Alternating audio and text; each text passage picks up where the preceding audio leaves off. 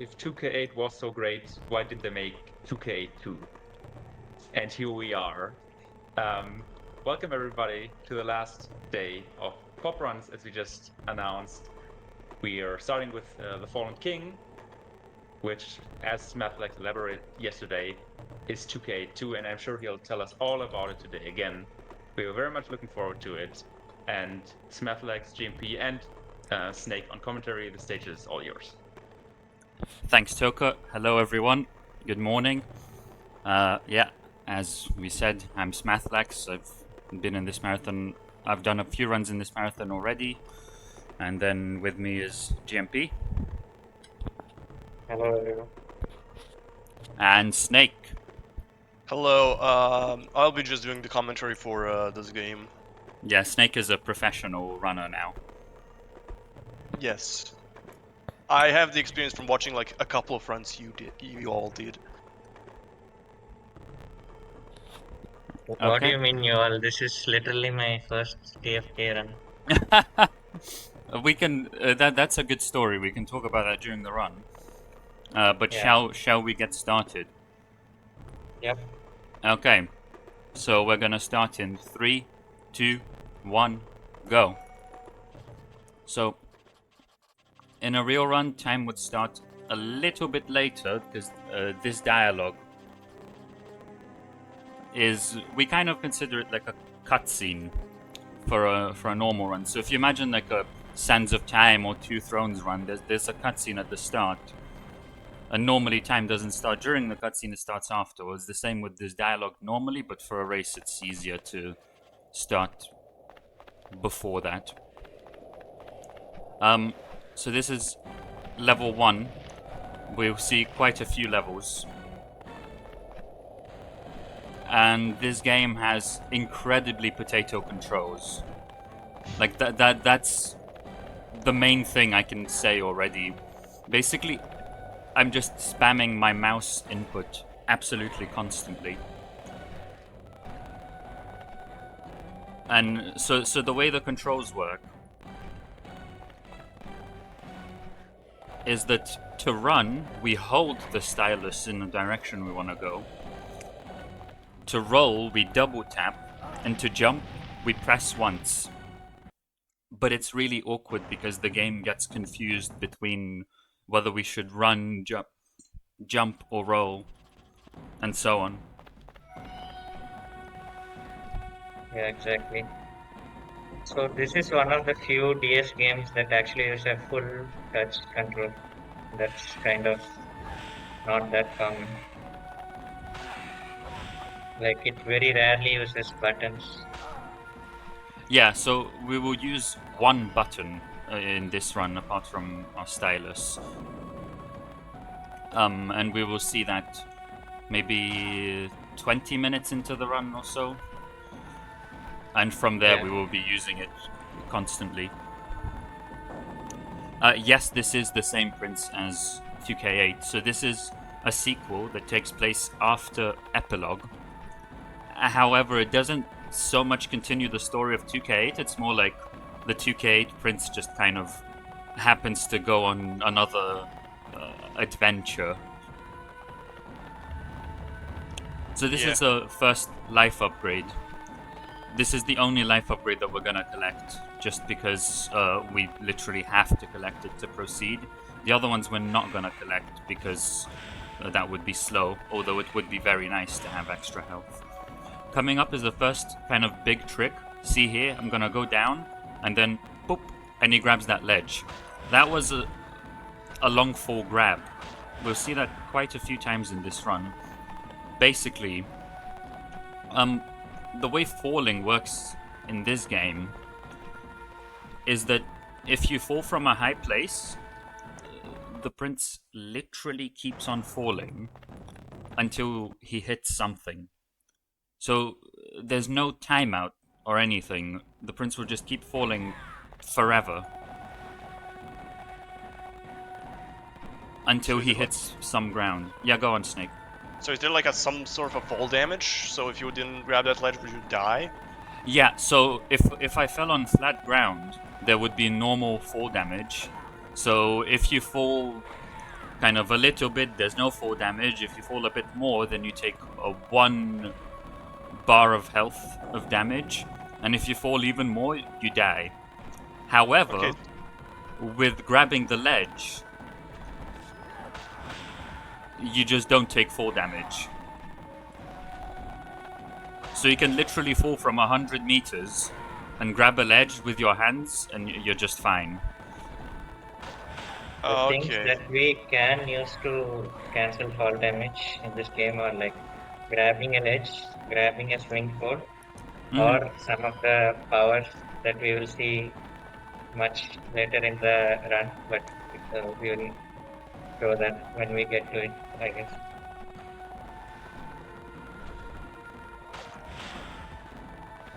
Also, I So- want to ask, since I see you're running on Emulator, so how fine are the controls in comparison to console? Because I know you ran this on console as well. So is there like input delay due to Emulator or stuff like that? Does it just like feel like does it feel better? Or does it feel worse? Or does it feel the same in comparison to actual console? Yeah, that's a good question. So the emulator we're using is Desmune, which is quite accurate to the real Nintendo DS. It's quite good at emulating the exact thing, including the emulator lag. So actually, you'll notice this game is very laggy. That's not our PCs that are laggy. It's the game itself. Sorry, it's the emulator. The emulator is emulating the lag.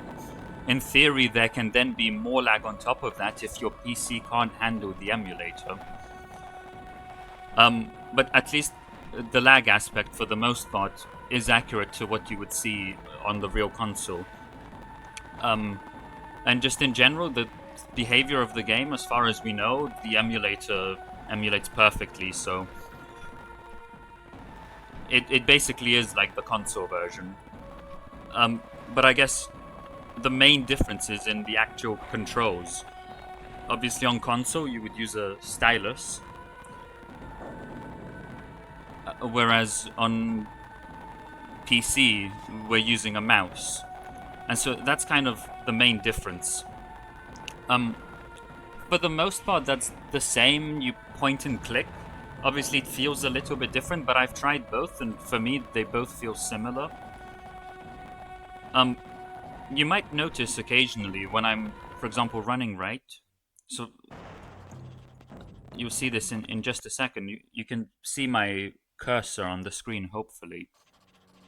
But if I'm running right, sometimes I take my cursor off the screen altogether. And you may protest... Oh, by the way, first ceiling clip coming up right here. This one was found by Eraser, of all people.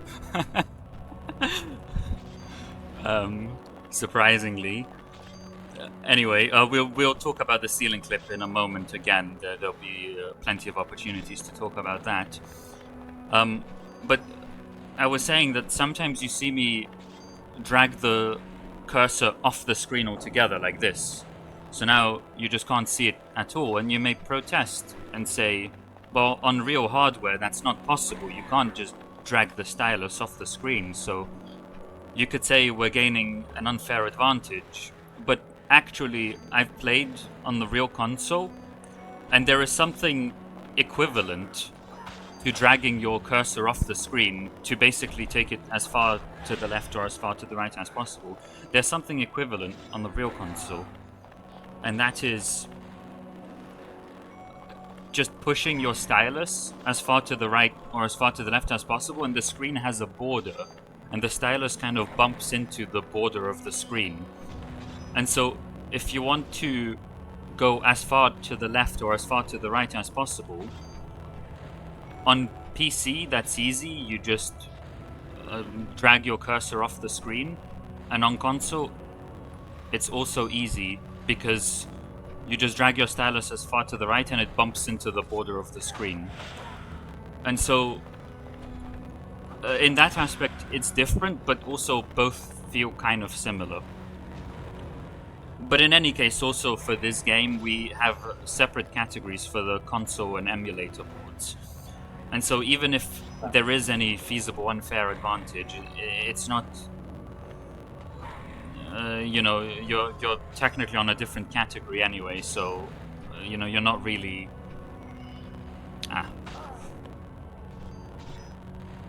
losing anything basically. Yeah. So I can like kind of talk about how the right edge thing works in terms of the input itself. So even if you move the uh, pointer to the right edge of the screen, the emulator considers that as the rightmost edge that is on the screen. Like there are no like inputs away from the screen or something like that. Yeah.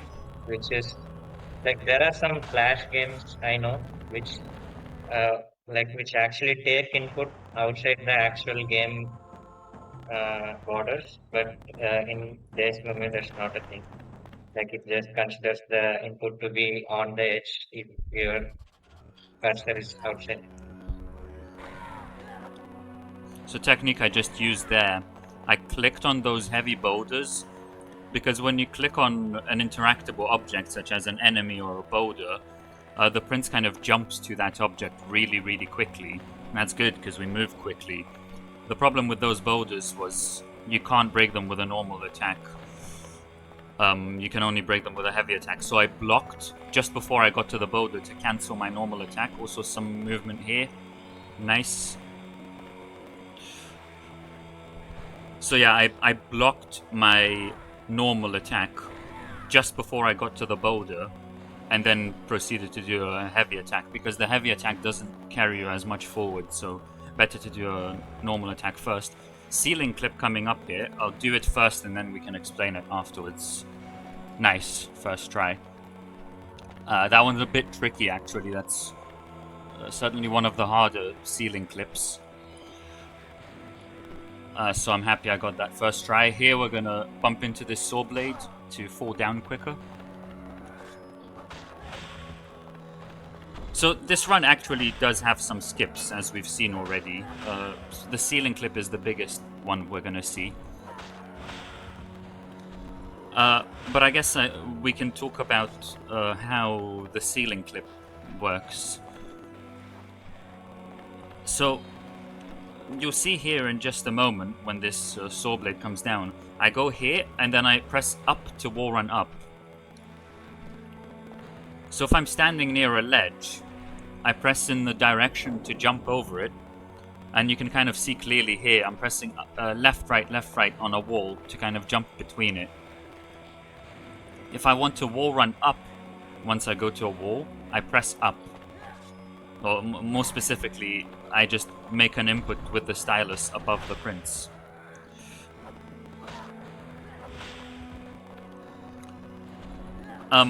And what you can do is, once you start the wall run, it kind of just continues until either the animation finishes or until you bump into some collision.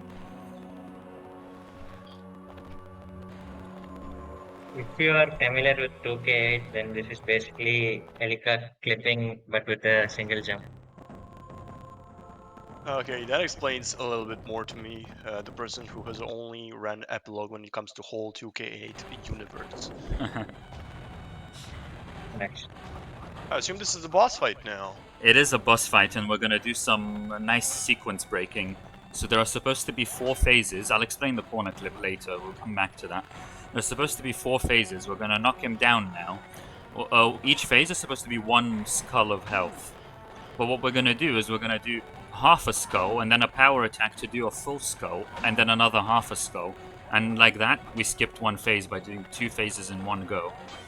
By basically doing a power attack when the game expected a normal attack. Good stuff. And then we do the same thing for the next 2 phases.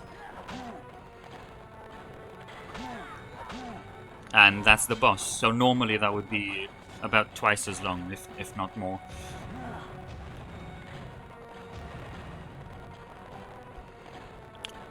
So I was explaining how wall running works. So again, once you get to a wall, you kind of press up above the prince, and he wall runs up. And then you can press in a direction away from the wall to jump off the wall. But the point is, and this is a very important detail, that the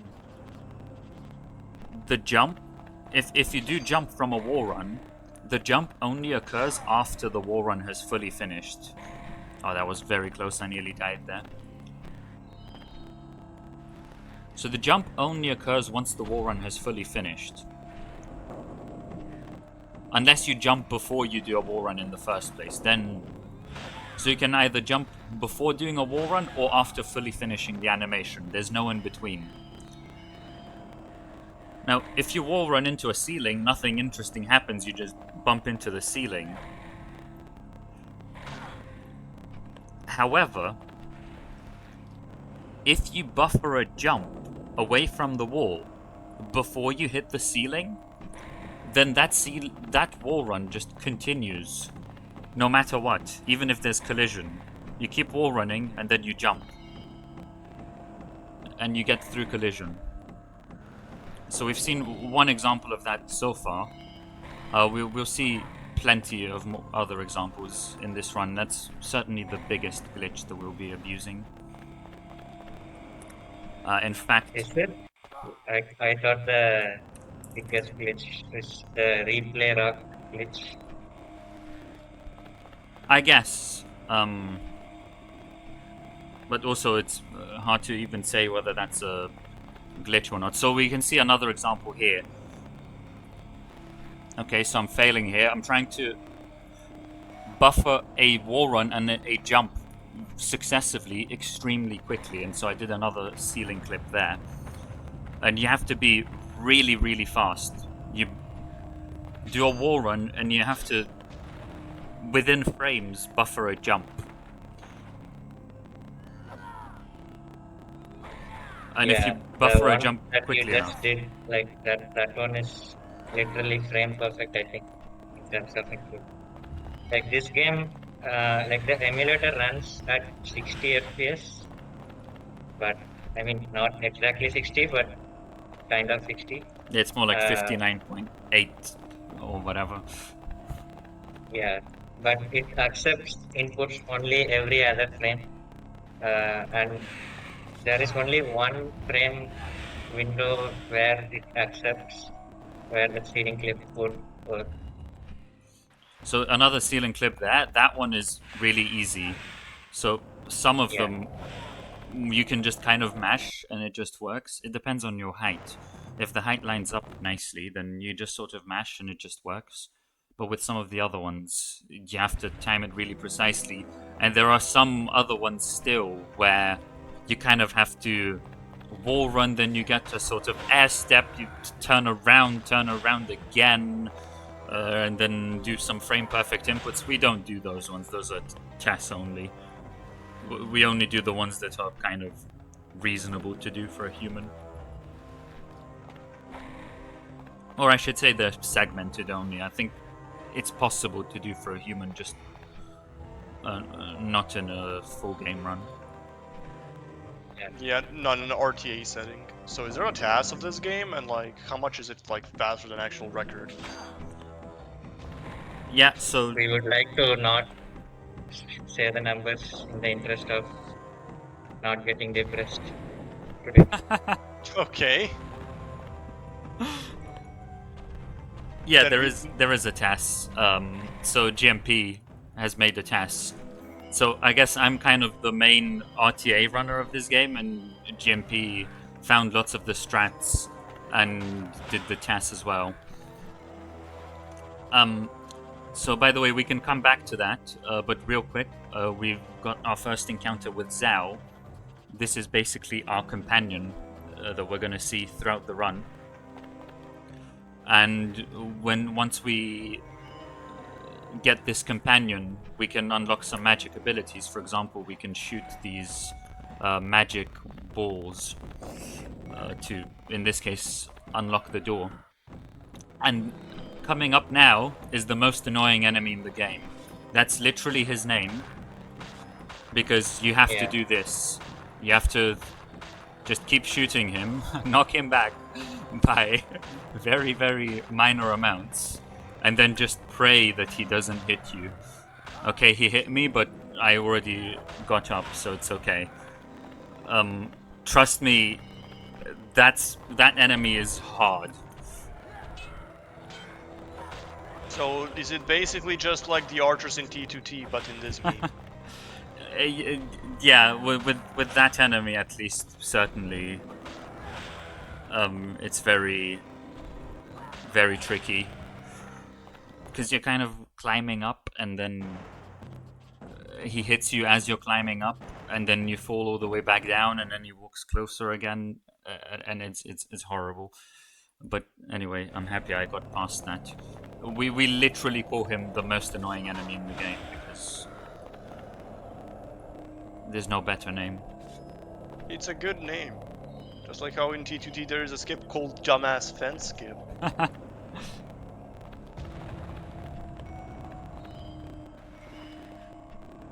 And then to ask, I assume there are some SOT enjoyers in the chat, so I'm gonna ask a spicy question of, are there any coconut trees in this game? Not as in the skip, but just like, are there like any in the background? There Yeah, may very probably. well be. There may very well be. I don't think we ever do any coconut tree skips though. Or is just the presence of a coconut tree will satisfy many people? I think you can kind of see in my screen there is actually one. Two Oh in wait, in my yes! background. It's close. I think there'll be a lot in World 4. Yeah, that is kind of the forest biome. Yeah.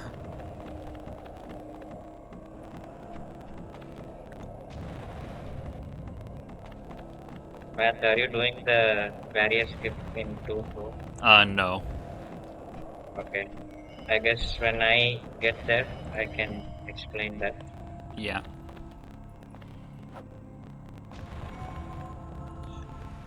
I don't think I'm doing any of the barrier skips. So, Really? yeah. I'm just I finding mean, them difficult. But I'm sure I'll learn them eventually, but just for this marathon, I didn't learn them. So you can explain those when we get there. Be careful though, your cat might learn that barrier skip before you do.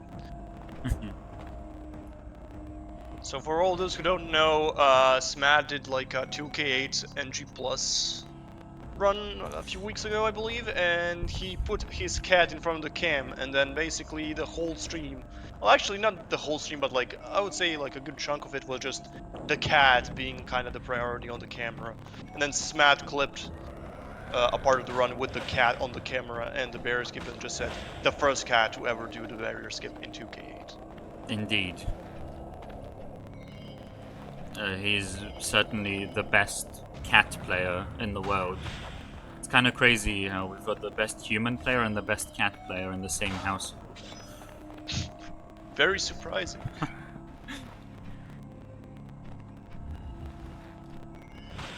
Yeah, so that's actually something very interesting that someone pointed out in chat. From the perspective of the viewer, this race is quite nice because you can see on the minimap at the top exactly where we are. So you can see exactly who's ahead. That's kind of neat. Unless eventually, of course, if one of us will be in a different level, then I guess you won't know. But also, you know, depending on how many levels apart we are, you might still have a rough idea. I'm kind of surprised you are still in 2-3. I'm just finishing But 2-3. my 2-3 was quite horrible at the start. I did a run of another practice run at like 4 a.m. or like 3 a.m. and finished it at 6. So I'm feeling a bit better now. Unfortunately, once again, I didn't get to sleep very much because of that, but at least I slept for 3 hours since yesterday, so that's something.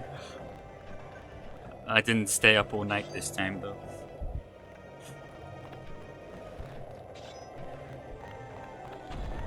So here, GMP will do a barrier skip. I'm not doing it because I suck. But basically, see that barrier around? Well, you don't see it anymore, but there was a barrier to the left and another one to the right of the fight, which was preventing me from leaving.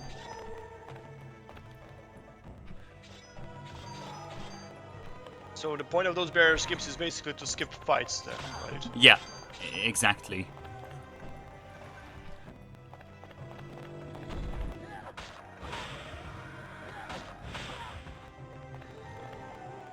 So it's not possible to do a barrier skip with every fight. You can kind of see on the left and on the right. Again, they just disappeared, but there were barriers.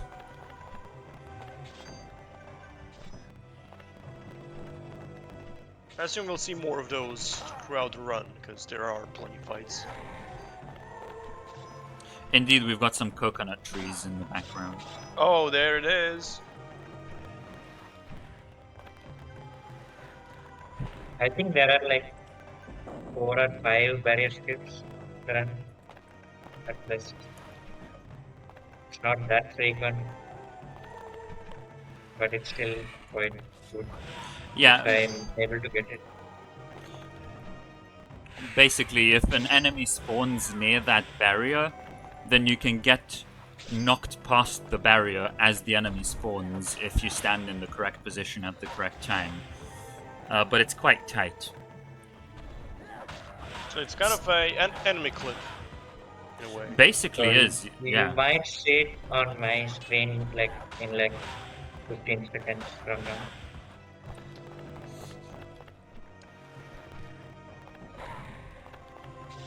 Let's see.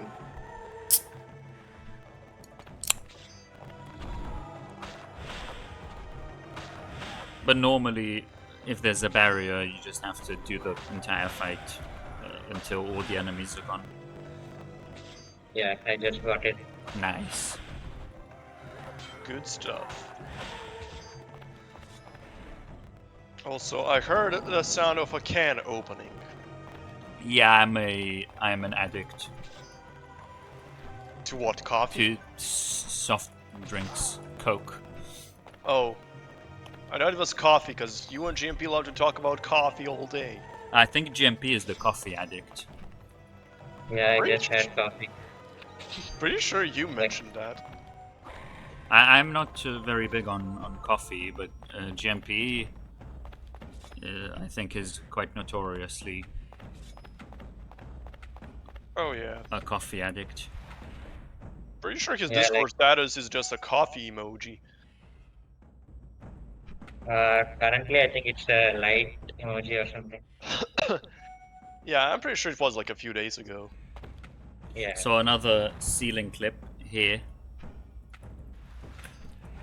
This one's quite easy as well, although I had to stop for a second because I forgot the setup and I had to read my notes. But that's quite nice as well. It skips quite a bit. So again, same thing. We do a wall run and then we buffer a jump before we hit the ceiling, and then the wall run and jump just continues. That's why when we clipped through the ceiling, you kind of saw we jumped back afterwards.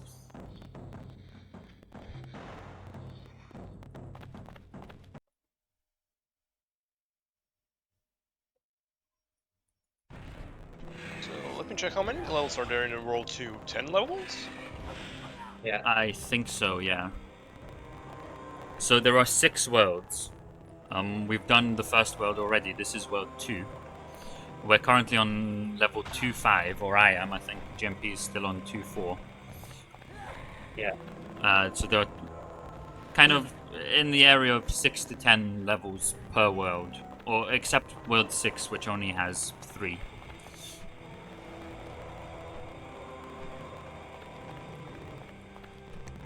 So that kind of gives you an idea of how far along in the run we are.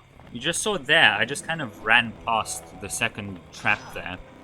And even here, I just kind of rolled past it. With those traps, most of the time, we don't actually want to take them seriously. We want to just roll past them, and generally that gives us damage, but also we can just run past it, and so it's fast. Kind of like side rolling in Warrior Within, you can just go past all the traps, but you still take damage.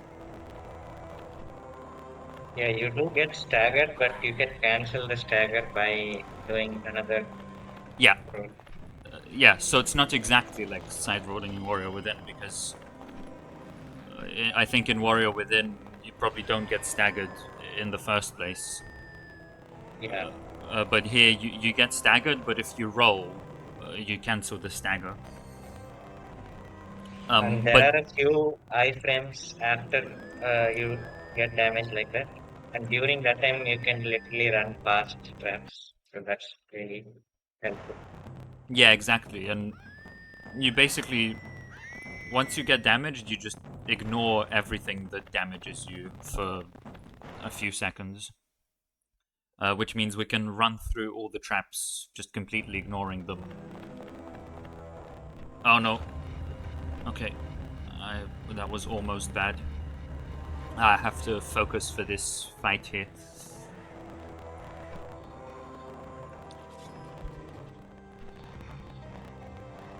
Because there's a sequence break.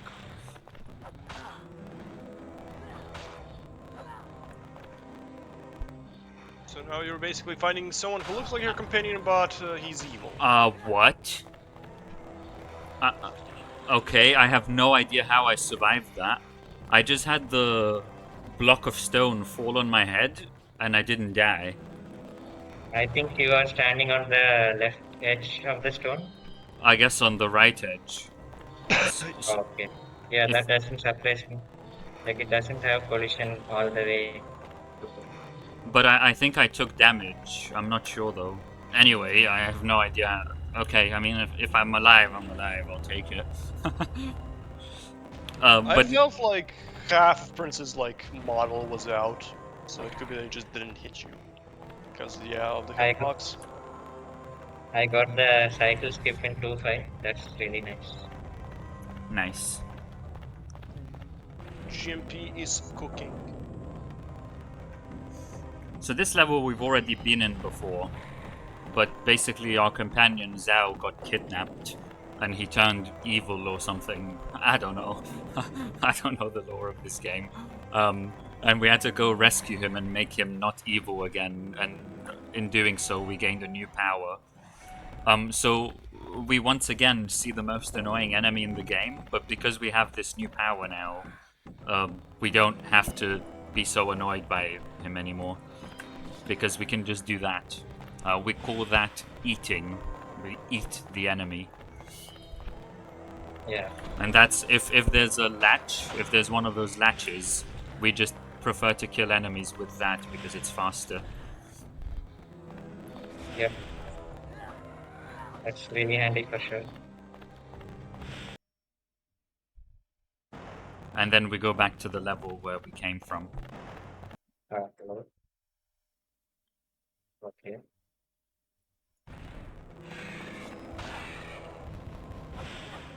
Oh, so there are also revisits. Yes. So in every world, apart from in worlds 2, 3, and 4 anyway. Oh crap! I died. Okay. The controls in this game are very tricky, so I kind of held forward there to run.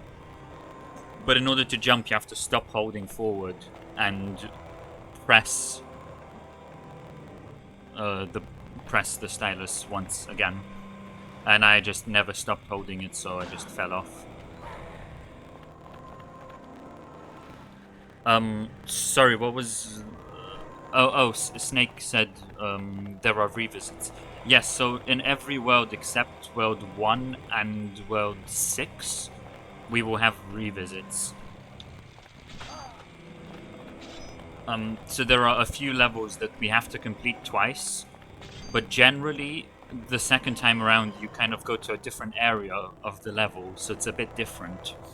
But then also in some of the later levels we will have some skips, most notably ceiling clips, to come back to the same area where we complete the level the same way as the first time, which is a bit faster. Our companion is just some random character who's not in 2K8 and has nothing to do with 2K8, as far as I know. And in general, the story is basically, after epilogue, the prince just encounters some kind of fallen king or whatever, and he just helps him rescue the kingdom or something. As you can see, I'm not very familiar with the story. Yeah, this is kind of a side story, Yeah, so you don't have to care too much about it. but there are some references to Elika. So most notably, I remember there's a bit of dialogue where Zal laughs at the prince and he says, "You're doing all of this for a girl?" Referring to Yeah. Elika.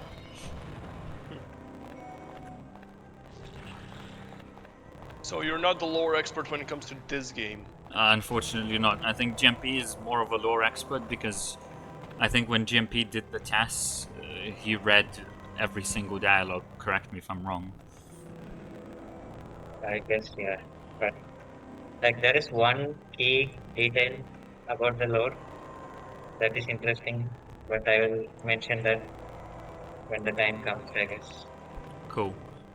And you can see some fantastic cycles in this game, by the way. I just had to wait absolutely forever for this cycle because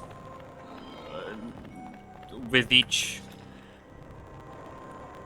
iteration we get through like maybe 10% of the cycle there, and so it's kind of dumb. We have to wait forever.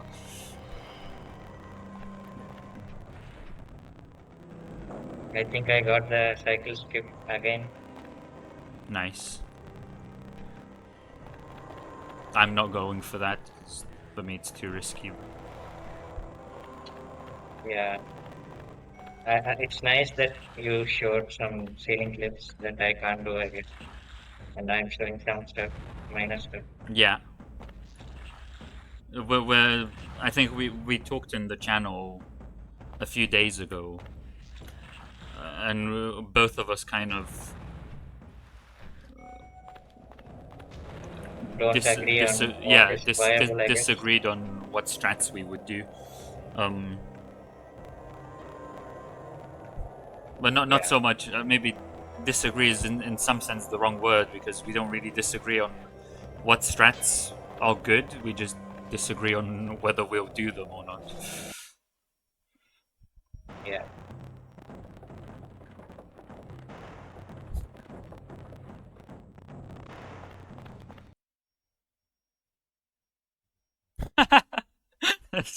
The same puzzle, but twice in one level. It was probably not the same, but it's probably very similar. Oh, come on.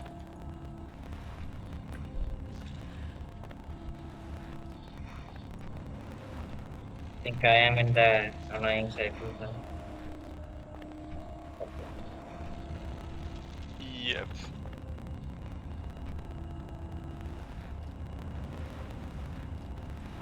I think one very entertaining thing is what you said when you have two runners and then one runner doesn't go for like one strat but the other runner does, and then the other way around. Just like, yeah, what you're doing, how US Man are going for some ceiling clips and GMP is going for barrier skips. Yeah. I think To the be race are interesting. to be honest, to some extent, we're just going for the strats that we're more familiar with. At the end of the day, I mean, I think the strats we're doing will probably cancel out, but also that a lot of these don't save that much time. The ones that save a lot of time, both of us are going for. I think the disagreement comes from the strats where you save maybe 5 seconds. And in that case, basically, the way I guess we're approaching it. Yeah. We can use a old meme here. We disagree on strats that save 7 seconds but lose many seconds. Yeah. Basically, if we're familiar with the strat, we're going for it. If we're not, then we're not, and we're familiar with different strats. I think to a large extent so for example the barrier skip GMP did earlier, GMP also found that barrier skip, and so naturally he's already practiced that a lot because he had to find it in the first place. Whereas for me, for the sake of this marathon run and derusting, it wasn't worth spending maybe 10 minutes learning a new trick that saves 5 seconds when I know that there's so much more time to save in the grand scheme of things just by being careful about the movement. Technically, I know the input for every skill, but I'm just shit at executing them, I guess.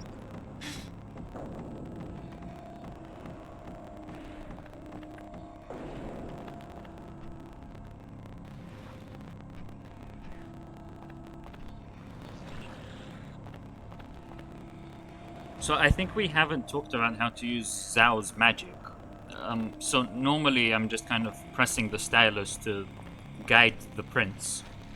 But if I want to use Zhao's powers, then I press any button. So on the Nintendo DS it would be any button. In our case with the emulator, it's the spacebar. At least we use the spacebar because it's nice. It's a nice and big button. Yeah, I don't even know which DS button my spacebar is mapped to, but I think it works, it's so I B. don't care. I think it's B, but I couldn't actually tell you where the B button is on the DS. Although I could pull out my DS from the drawer and find out. But in any case, even in the actual game, the game literally tells you can press any button and it works. Yeah. I know Very interesting controls for sure. Yeah, so when you hold the spacebar, you control Zhao's powers, and when you don't, you control the prince, basically.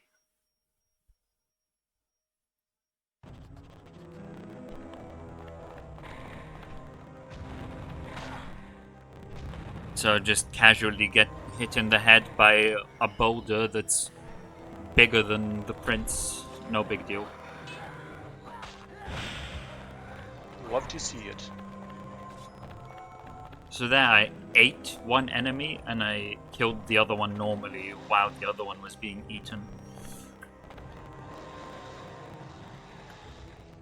Eating the enemies is nice and fast, but also you can only eat one enemy at a time, so...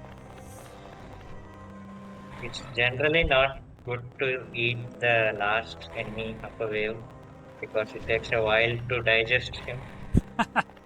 Yes.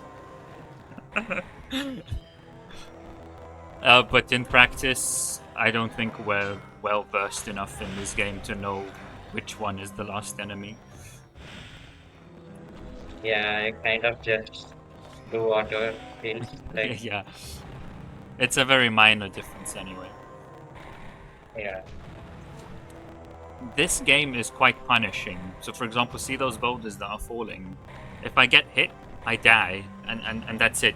I go all the way back to the checkpoint. There's no rewind or anything like that. There's another DS game, Prince of Persia: The Forgotten Sands DS, where you've got a rewind ability, so it's a bit easier if you make a minor mistake like that. But with this game, there are so many things that are extremely punishing and send you way back. So it's a very difficult run, not even because of any speedrunning skips necessarily, but just because of even the casual strats. For some reason, the levels that end with 7 are quite quite notorious. Like 2-7, 3-7, 4-7. Bounce 5-7, level 7. Yeah, I was about to say. If you know, you know. Yeah. Shoutouts to all, like, 5 versions of TFS that exist. I think there are more. I think there are like 7. GMP would probably know more about that.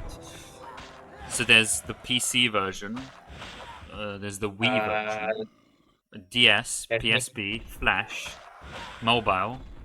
That's 6 already. There are 2 flashes actually. Okay, so 7.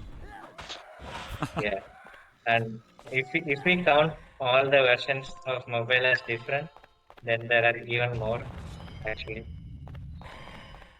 That's a lot of versions.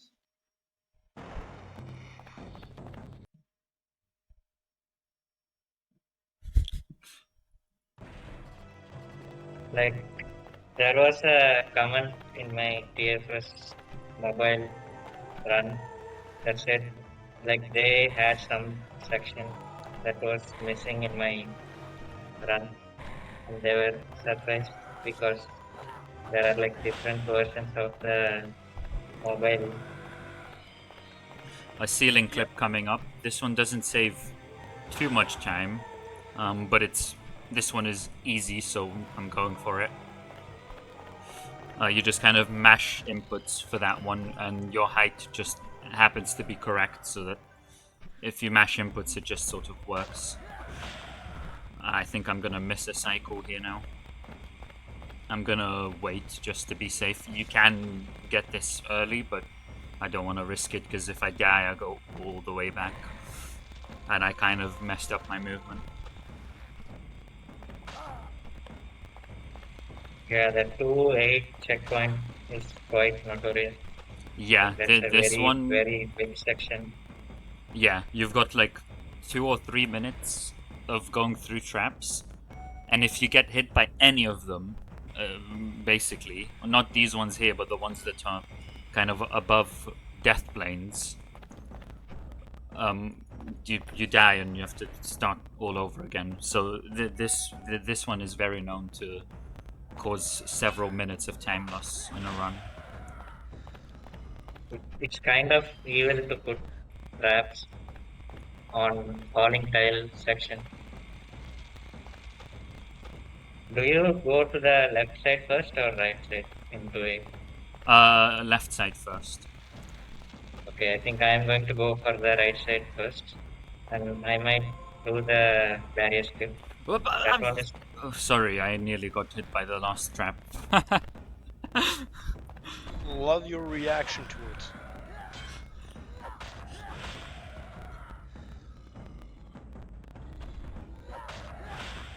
I think GMP is gonna do a barrier skip right here.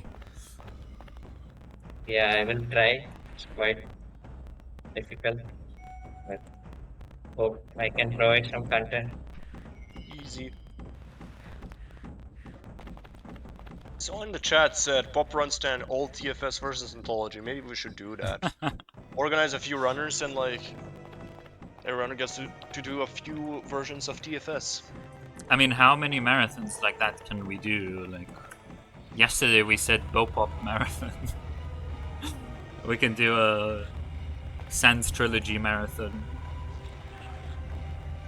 Well, Sans Trilogy happens very often. I mean, Yeah, Eve is going to do Sans Trilogy, like, I think right after this one, or like run after. I'm not sure. But have the schedule out like right in front of me. Yeah. I had a brain freeze, but going right side first paid off, I guess. Because I hate the trap there. So the reason why these... Oh, by the way, be careful not to die here. The reason why these trap sections are so difficult is because when you're running on those tiles and you have to jump... Well, that's not the only reason, but one reason. When you jump... So from this tile here that I'm going to now, for example, I kind of have to jump to the next tile. But the problem is, to jump, I have to let go of my running and click an input to the right to jump right. But the problem is that's the same as... Oh, did you get the barrier skip?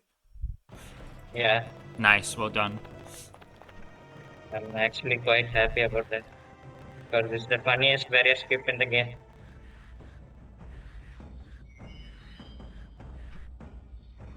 Any actually other pop Flash games besides like the 2 TFS ones you mentioned? There is also the Pop Special Edition. Alright. I might check those out because I have this weird tradition of just like when I'm bored, I'll just like play some random Flash games I find on the internet. So I guess I'll add those two to my list. So there are 2 Forgotten Sands Flash games and 1 Special Edition, which is basically like I won't say it's like exactly Pop 1, but it uses Pop 1 graphics, like the Mac version of Pop 1. And it's like a 2 minutes run with. Alright. I will finish my comment about traps in just a second, but first, something interesting is happening here. So I'm gonna shoot this door lock to get the door unlocked, and then I'm gonna die. And for some reason, this is the only one in the game that behaves this way. If you die, it stays open. You can kind of see Yeah. on the mini map. I've still got 2 green locks done. What I was saying about the traps is that even here, for example, as I'm jumping between these 2, to jump, you press an input to the right, or if I'm jumping right. But the problem is, to roll is also the same input. And so what can happen is if you press the input slightly too early, then instead of jumping, he rolls and he just rolls off the edge and you die and you lose potentially minutes. And it can be tricky, especially in cases where you're kind of standing, not... If you're far away from an edge and you run up to it and you need to jump, that's quite easy. Likewise, if you're standing right on the edge and you need to jump, that's quite easy. You just press one input. The tricky business is somewhere in between. When you're not really far enough where you would need to run, because if you just run, you'll also just run off the edge. That's not gonna work. But it gets tricky when you're not quite far enough where you would need to run, but at the same time, one input will make you roll. So you kind of... The way you have to deal with those is you start running for like a couple frames, and then you stop and jump. But if you press anything a tiny bit wrong, if you're a few frames off, you'll just fall off. It's very potato, to be honest. Second boss fight. This one's not very interesting, to be honest. You just fight him.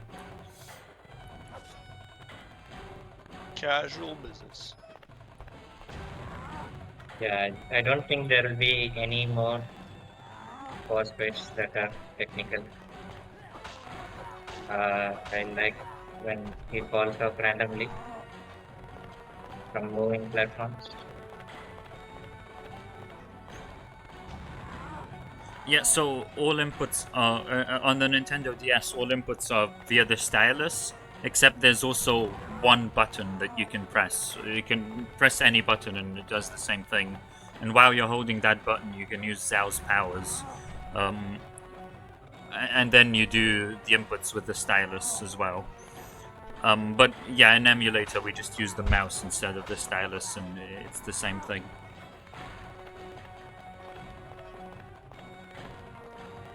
Okay, that was still weird, but at least I didn't die this time. Are you on 2.9? Yeah.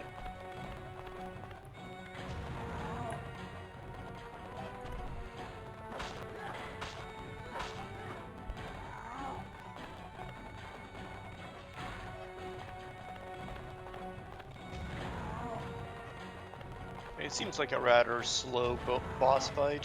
Yeah, unfortunately, there's nothing we can do to speed things up. There are things we can do to slow it down like that. Please jump. Okay, I just missed a cycle there. Oh no. That's fine. I'll wait for the next one. 30-second time loss gives GMP some room to catch up. Damn, that's brutal.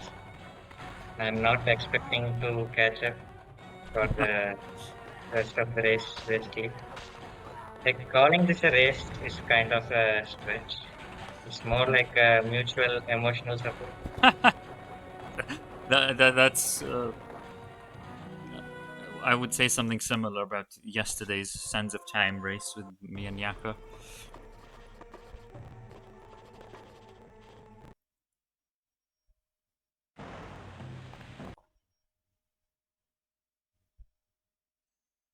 Okay, so I'm in World 3 now. 3 of 6. We've got a new power. We call this one TK, which is a bit of a misnomer. TK, we named it.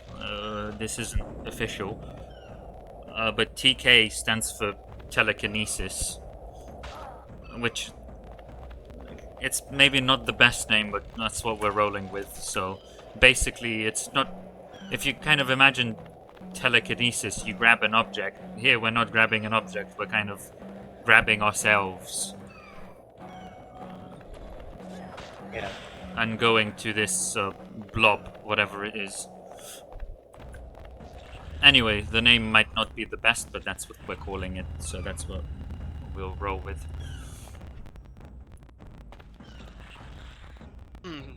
Here comes a very interesting question from Min for the run they're gonna do is, what order should they do it in? They're gonna do SOT first, then Warrior Within, then T2T, or T2T and then Warrior Within after SOT. I think chronological order makes for a good showcase, generally. I think that would make sense for a marathon, but you know, if that makes things difficult, then it's not a big deal. So logistically, like, drifting categories can be quite notorious. So if most difficult run is done first, then I would understand that. I died. You have to be very fast, otherwise that enemy gets you.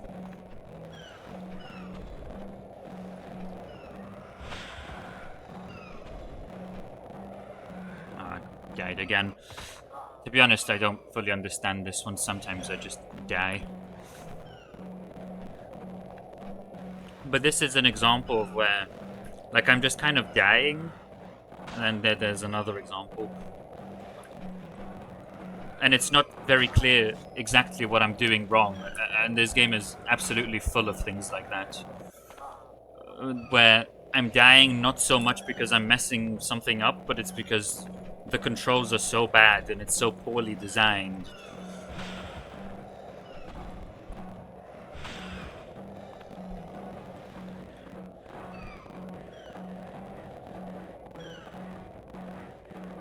And it's the same with those trap sections I talked about earlier. The reason you have to worry about, you know, how many frames you're holding the input or whatever, you know, you shouldn't really have to worry about that. If the game had good controls, you would just play it. You would just jump. But because it doesn't have good controls, you kind of have to worry that you're accidentally gonna do something you didn't intend to do.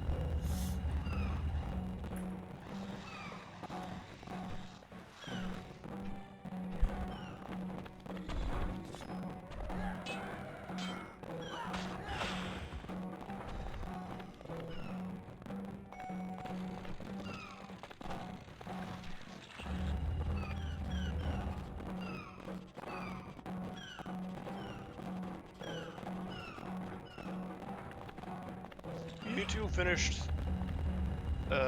Actually, no, Smack, you're not done with the level yet. I just saw the dialogue and assume that's the end of it. But GMP also just finished the boss fight.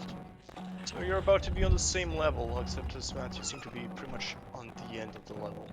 Yeah, so we're gonna be on the same level for about, or I guess 5 we seconds, I guess. never. I think I looked and we were never on the same level. We were both on the loading screen at the same time, though. Yep. Nice. So a really cool trick that GMP found recently. Here, what we're gonna do is we get damaged, and when we get damaged, we just run past this enemy because we get a few seconds of iframes. And turns out you can just run past the enemy when that happens.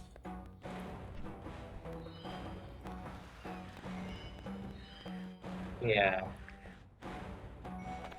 The funny thing is, the task takes the damage as well, but I kill the enemy, so task is officially outdated because of that. Yeah, but that's kind of bound to happen. You're never gonna develop Yeah. objective strats that will never be broken again. Yeah, exactly.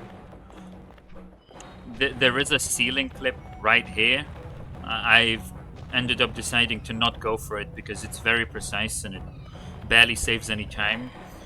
I was initially going for it just because it's not risky. If you fail it, you just try it again. But I ended up losing time more often than not, so I just stopped going for it.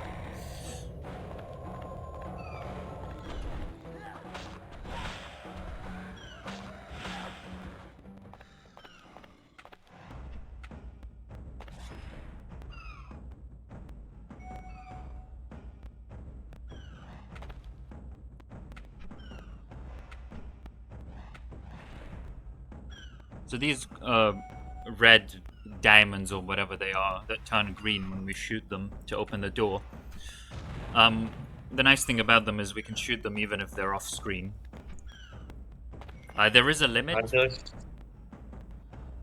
those from TFS DS? What the diamond thing is. Yeah. Well, there is that texture in TFSDS as well. But something interesting about a difference between this game and TFSDS is in TFSDS, things deload way earlier, so things don't even come off the screen and they're already despawning. Or deloading, rather. Their textures deload. But sometimes the whole entity altogether just deloads. So it's quite comfy that in this game, things don't just immediately deload when they get near the edge of the screen. But at the same time, I think that's probably one of the reasons why there's so much lag. So you'll notice that the game is pretty much always quite laggy. I guess the more apt way to put that would be, that's why TFSDS doesn't have lag. Yeah, not as much anyway. In theory, it's possible to develop a game. By the way, Stride here, I just fall and then I lag. save myself there by doing a TK. So we call that a long fall TK. Yeah.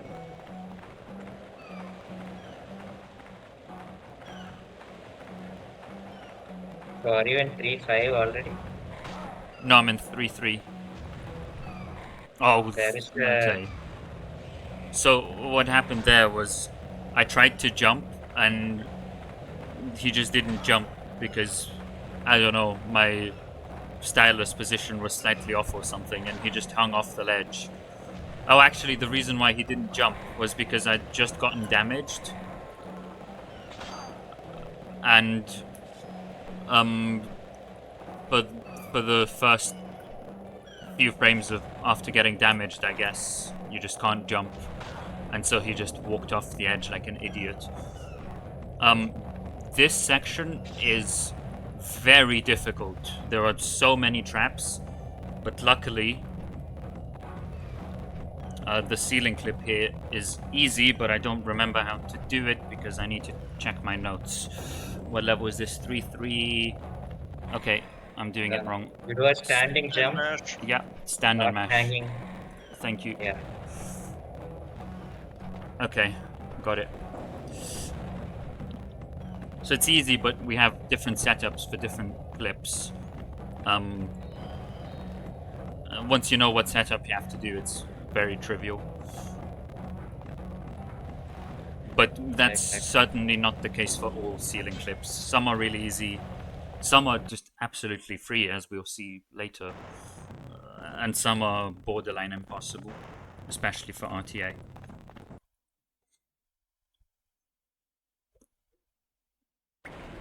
Good I keep the notes open.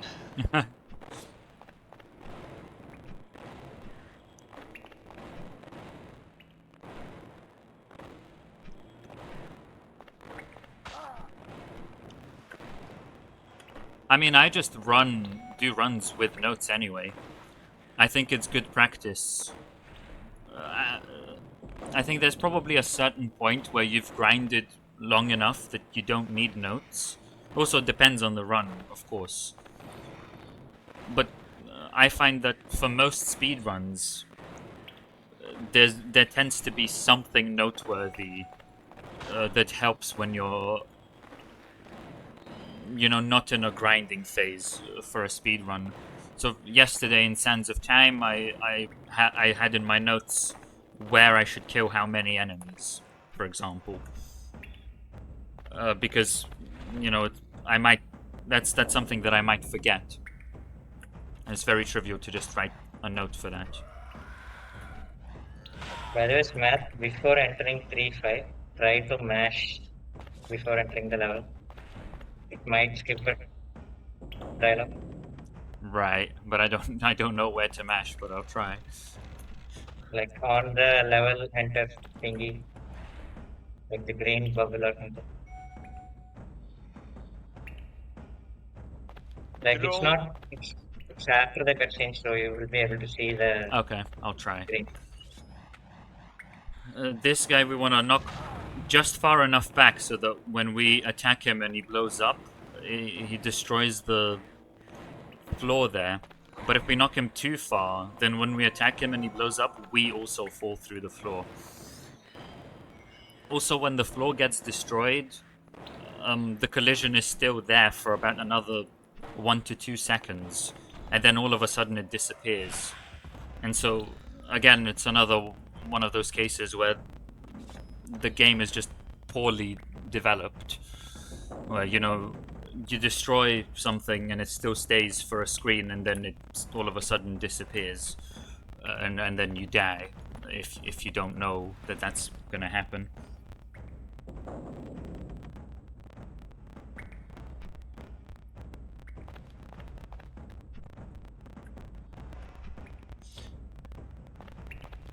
Yeah, I think there are some things that are reasonable to keep in notes, and others you should just memorize.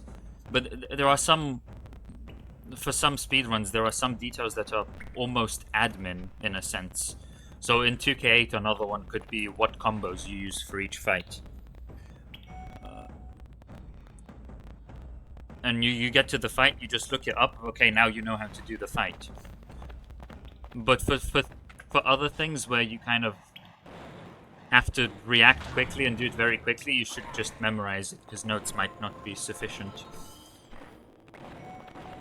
But also when you run enough, you just don't need notes anymore at a certain point. True. I feel they're like very useful for stuff like completionist categories and stuff like that, where you really have to collect a lot of stuff, like let's say an AC category or a 100% category in Sense of Time because of the same clouds. Yeah, exactly. So something else that people do is they write down how many collectibles they're supposed to have. So I know, for example, Nuki, the runner who did 2K8 and MG a couple days ago, on his split file, he displays how many light seeds he's supposed to have at the end of the split, and then you know if you're missing some. I got the funny roll. Ah, nice.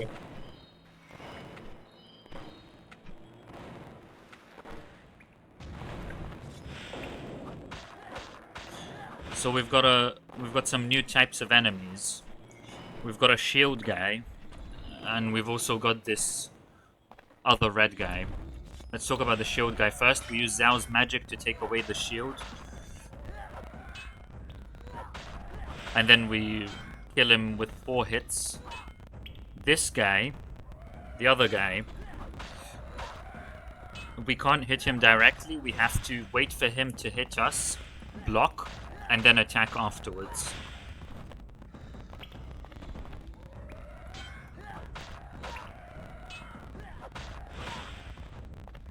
Yeah, exactly. Oh, we pretty much are on the same level right now. Talking about being on the same levels. Yeah, this level is quite long, so not that surprising.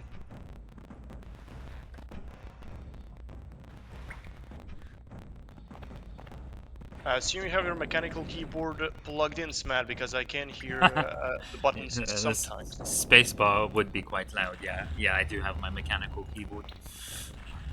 With Okay, my I'll join you. loud switches, yeah. I do like my mechanical keyboard. It is very loud, though. Yeah, it's comfier than my old keyboard, which was like a 10-year-old keyboard, but, you know, it is loud. Nintendo DS isn't loud enough, so we had to use mechanical keyboards to give people the real pop experience.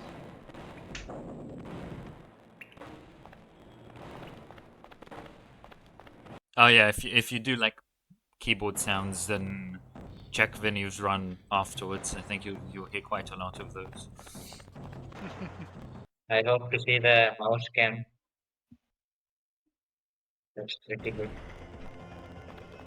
For the thing at least. Thing is, I probably, like, for streaming at least, I probably could put on the noise gate, but I just feel it's funnier to have the keyboard sound.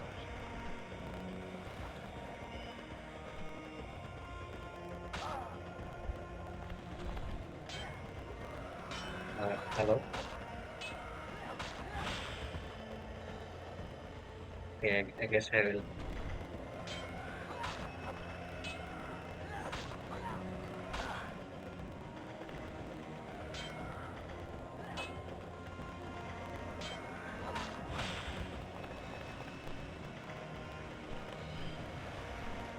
So this is another level where Zhao will get kidnapped, and then we'll have to backtrack to one of the previous levels. Did you get the dialogue skip? No. At least I don't think so. But I kind of forgot to focus on that, to be honest. Like, if you got the dialogue in the map, then you didn't get it basically. Alright.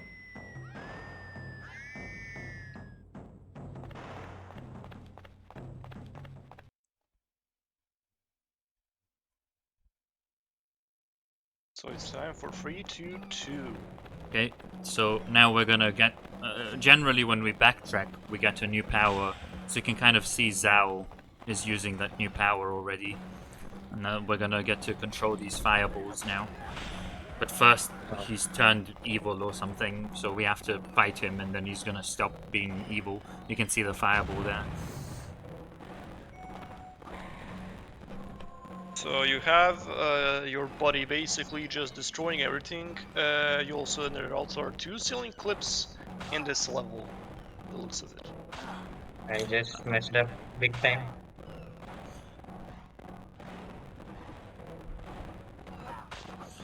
Yes, there are 2 ceiling clips in this level, but I'm only gonna go for one of them.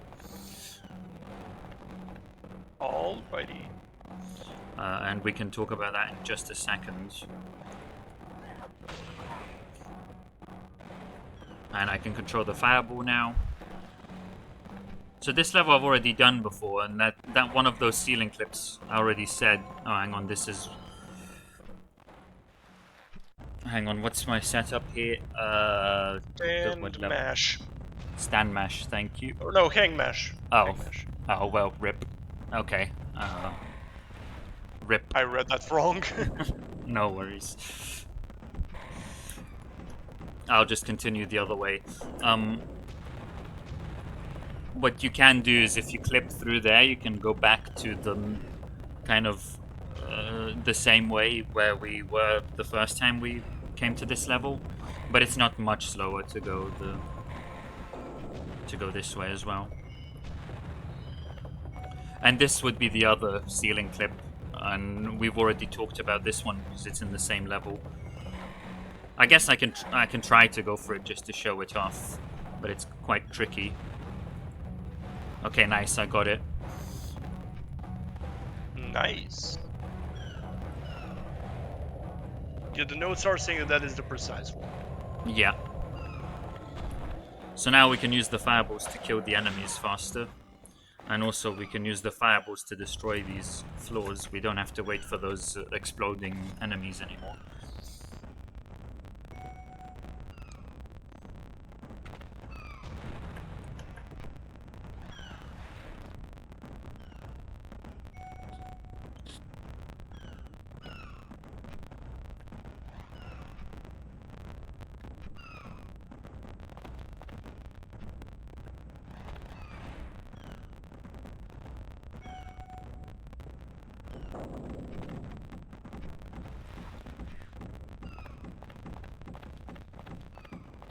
Okay, and now we go back to the level where Zhao got kidnapped, which would be 352. Yeah.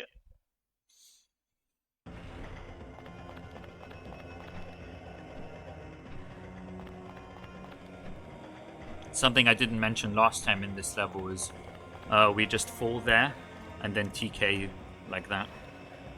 So there are quite a few of these skips where you just kind of...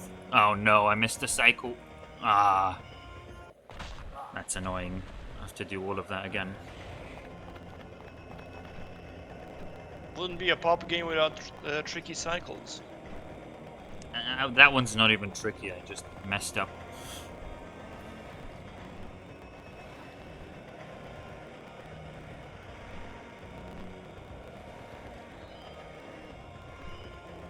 Okay. But yeah, there are quite a few of these sections where it looks like you should go somewhere, but then we have a strat where you just basically fall what looks like a fall to death. Okay, so what happened there? With that enemy, you saw I was kind of trying to hit him, but my second attack wasn't landing. And you can tell by the noise that it's not landing. And that's because I was slightly too far for the second attack to land. Normally, if you're too far, the prince just runs to the enemy. Hang on, there's a long 40k here. Like that. Normally, if you're too far, the prince runs to the enemy and then attacks. But there's one particular distance that's kind of not too far but also not too close, where the prince doesn't run to the enemy but also doesn't quite reach the enemy, and that can be really annoying.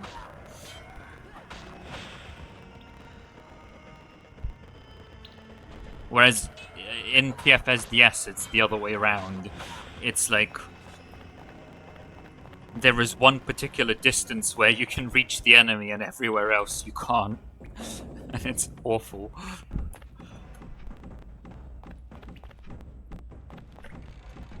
So the combat in this game is bad, at least controls wise, but it's nothing compared to TFSDS, which is just awful. Lovely.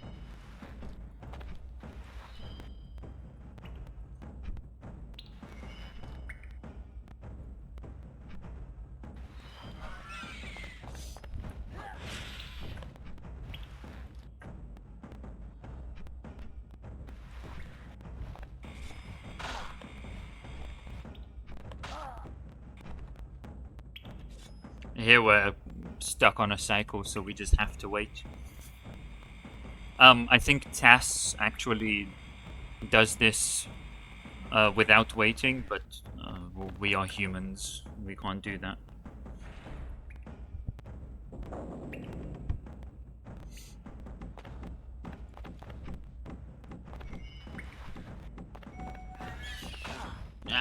Okay. Cars can also like move the exploding balls in one frame Yeah. without worrying about collision, which Yeah. we can't really do. TAS is kind of crazy. See how I'm being all careful here with this fireball. TAS does everything in one frame. Those firewalls are like intricate.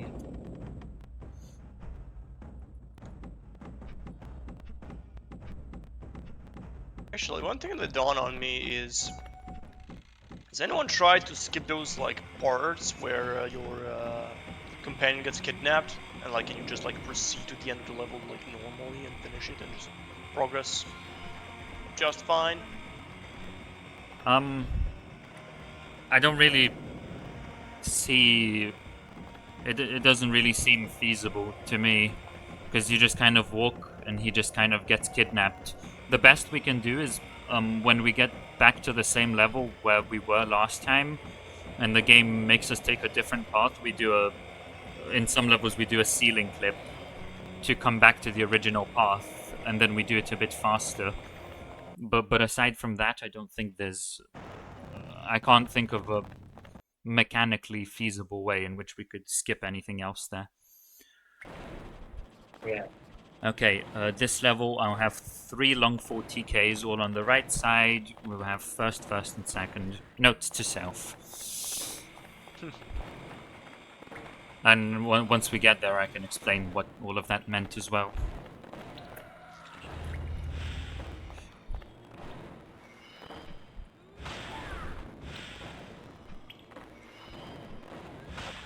I kind of have an idea, but I'll wait and see.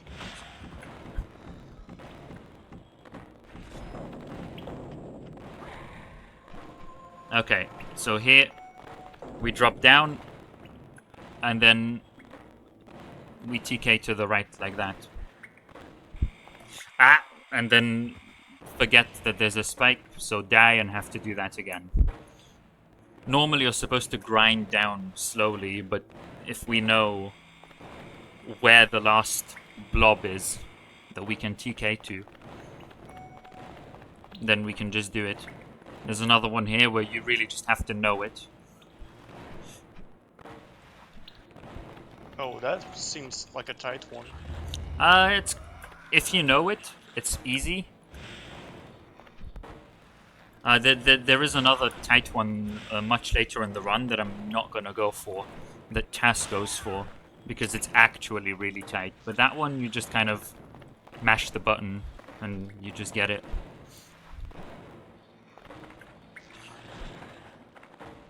But if you don't have it, let's say, explicitly written down in your notes, it's very easy to forget that one altogether. And most of these even, because with these long fall strats, you kind of have to go out of your way to do something that looks like will kill you.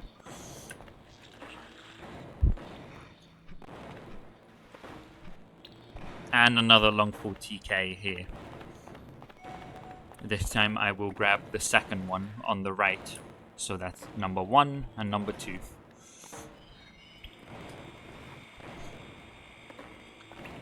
And that's the last long fall TK strat in this level.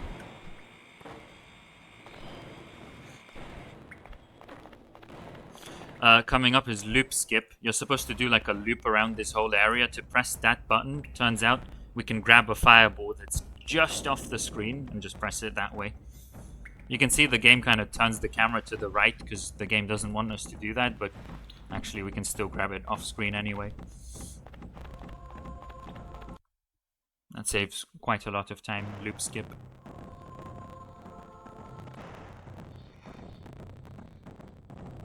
And off to level 3-7. This level has a few cool strats.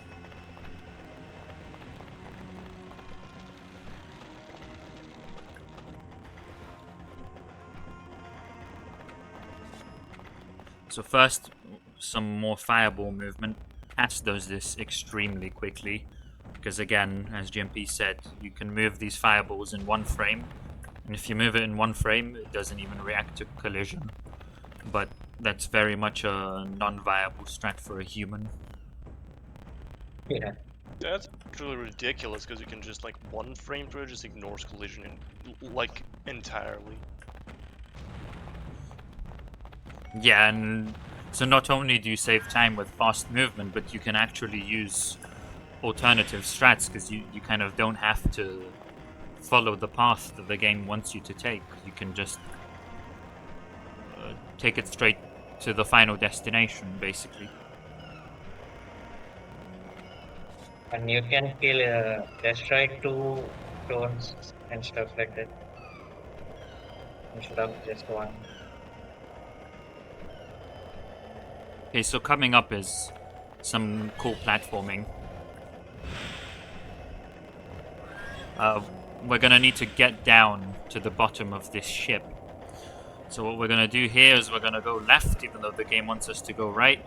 Just drop here, then jump to this column, grind to the bottom, and then jump again, and then long fall grab like that. Because again, you don't take damage when you grab a ledge, and there's no threshold for how much you can fall and still grab a ledge. You can just fall 100 meters and grab it anyway.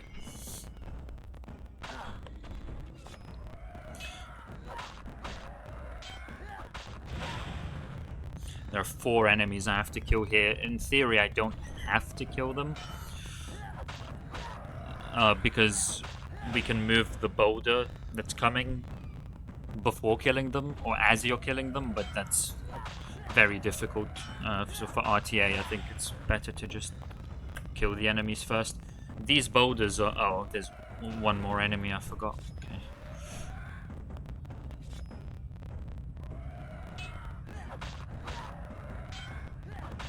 These boulders, we use Zhao's powers to move them. The problem is, they're supposed to be heavy, and so we can only move them very slowly. I'll show you what happens if I try to move it too fast. See, it just doesn't work. So we have to move them slowly. They can be quite annoying. The game doesn't want you to go fast. No, it doesn't. Sometimes it feels like the game doesn't want me to complete it at all. In fact, I'm quite sure no one at Ubisoft has done that, because if they did, I don't know how you could explain everything. Yeah, there is basically no QA testing done for this game. So very cool skip coming up, or not really skip, but just very fast optimal movement. I'm gonna grab this fireball as I'm falling, then TK, grab it again, and then destroy that door. And the reason why that's so tricky, or a couple reasons, obviously, you have to not die, but also you wanna... That fireball, if you hold it for too long, it just expires. It just blows up in the air. And we're kind of right at the limit there.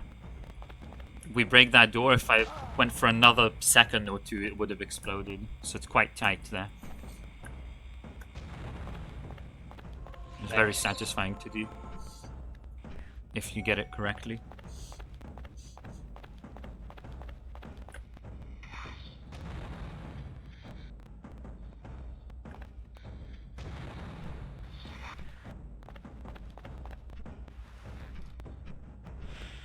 GMP, right now you are I'm not sure which level you are. I'm trying to follow. You're on 4. 3-6. 3-6, yeah. I'm doing loop skip that Matt mentioned 3 years ago.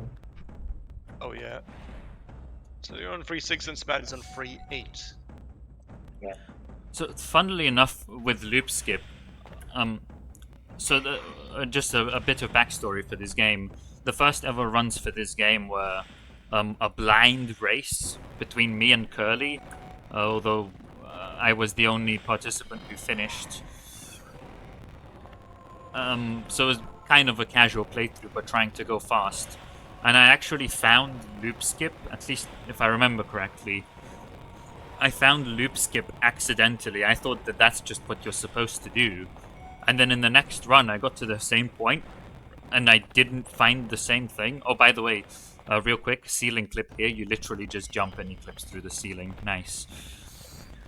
What was I saying? Right, the next run, I got to the same loop place, and I didn't see the second time around that I can just skip it.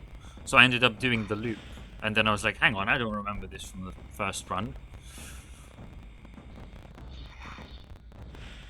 You actually know that Curly was there. I thought the first run was just like you trying to do like just like a speed run. No, Curly found this game. Just like, yo, there's a 2K82. Here you go. Yeah. Curly was just looking up what other Prince of Persia games we could play. And he's like, what's the Fallen King? And then he downloads an emulator and tries it. I was like, do you want to do a blind race? Yeah. And then nice. the blind race I just fell through the floor. I guess. Wow. Damn. Okay. Nice content. Sure. That was interesting. Why would we need floors anyway? Yeah.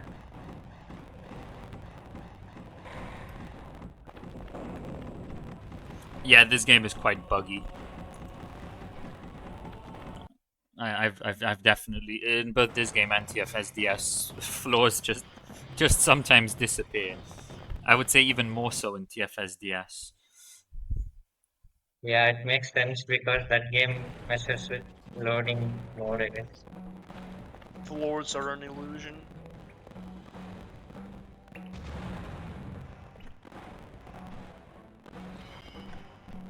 But yeah, the first run I ever did was 10 hours long, 9 hours and 52 minutes to be more precise.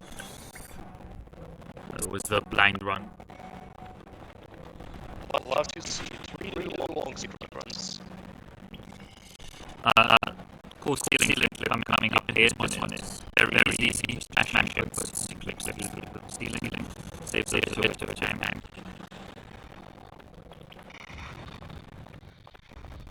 And here we can shoot through this collision, but I use a setup to make it work.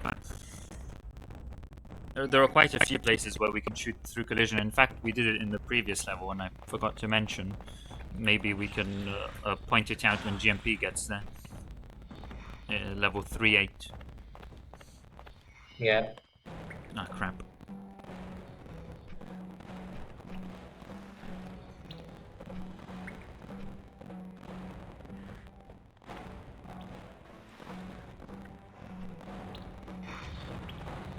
The Floor trilogy.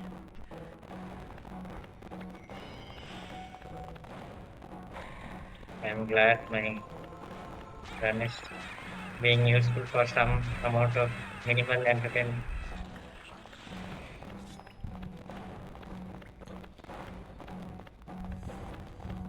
All you need in Pop is fun and then just spawns a bunch of memes.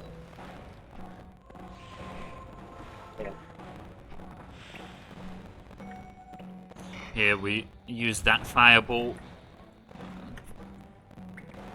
to destroy the floor.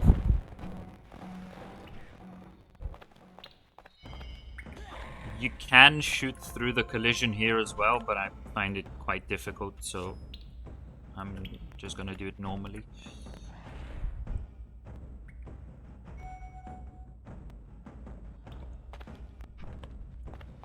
I'm surprised we are lacking the rubbing memes today.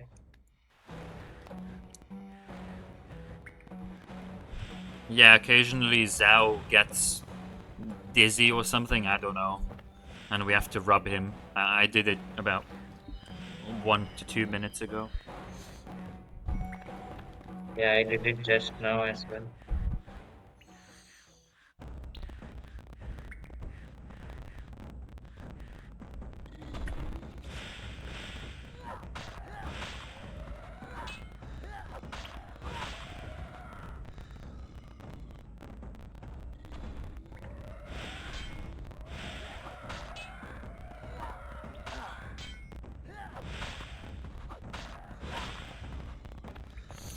You can shoot through the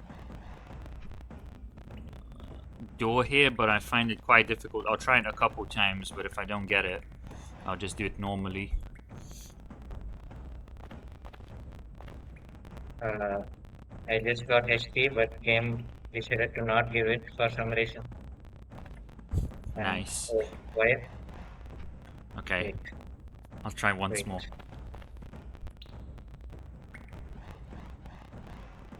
Yeah, okay. You can shoot through the collision there. Normally in a run I wouldn't even go for that, but in a marathon I wanted to show it off.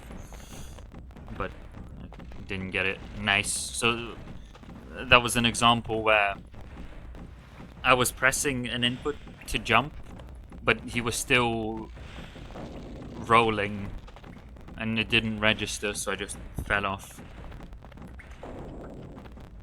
Oh, yeah, that's exactly like what happened. Like probably on a few occasions, like you're taking damage, being unable to jump, and just trying to go over like an animation, but you can't do anything because animation doesn't finish. Yeah, and as I mentioned earlier, it's the same with the exploding floors. You know, when the floor explodes, you've got like 2 seconds where the floor is kind of still interactable, and then it all of a sudden disappears, which is just very bad design.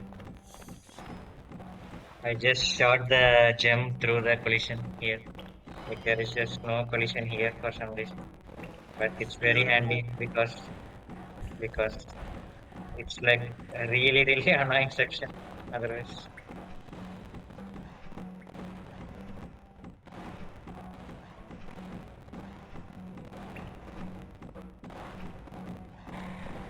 Oh, Smack, you're also trying to shoot that thing, so are you just attempting to do it quickly, or like what were you trying to do there?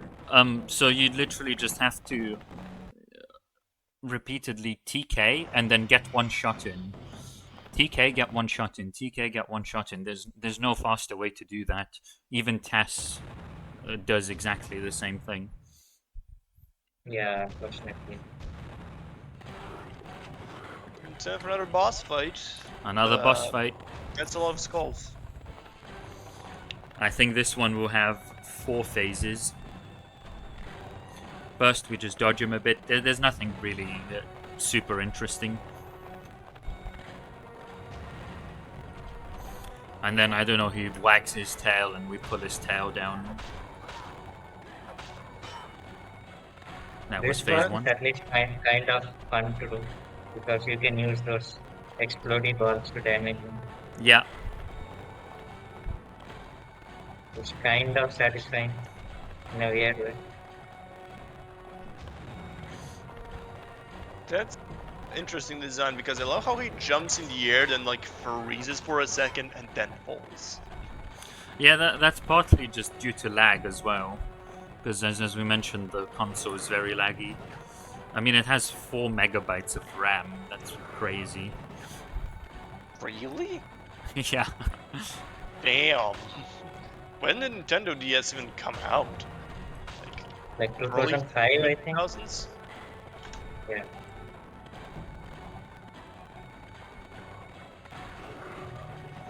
Yeah, to 2004. 4 megabytes of RAM, that's... Like those were the times when it was not that uncommon. Like the GameCube has 16 megabytes and that thing runs T2T and stuff. So yeah, not that surprising. Gaming has 16? That's crazy. Yeah. PS1 And I think the PS2 has 24 or something. That's it.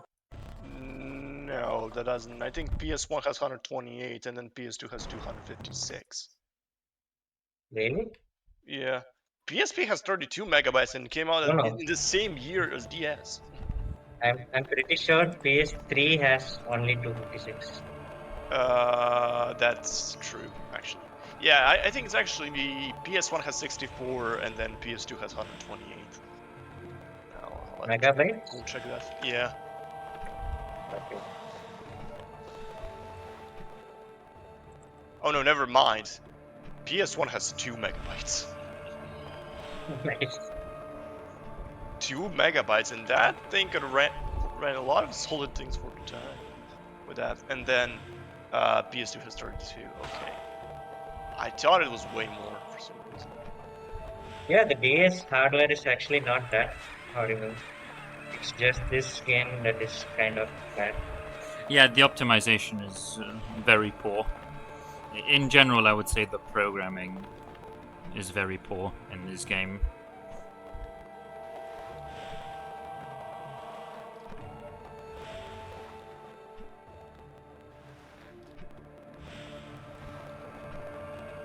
TFS is a bit better in most ways. In some ways, it's a bit worse. But it's still bad. It's still awful.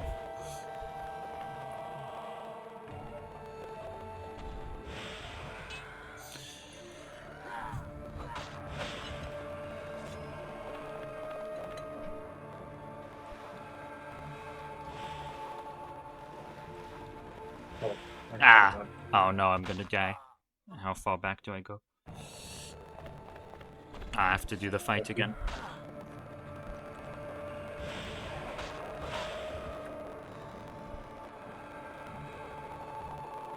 So GPS, we're also trying to shoot through the collision there, but Yeah, I tried that as well, but I didn't get it. Not that difficult actually. Oh, I died again. Those things, no, it really feels like they're out to get you. yeah, just like how what's like the name of the enemy that's like really aggressive in Pop 1? Like what does the community call him? Roberto. Yeah. Roberto is like the name for like every like mean Oh my enemy God. or something like that in the Pop games. Okay, I guess I will just stop. Roberto. Roberto.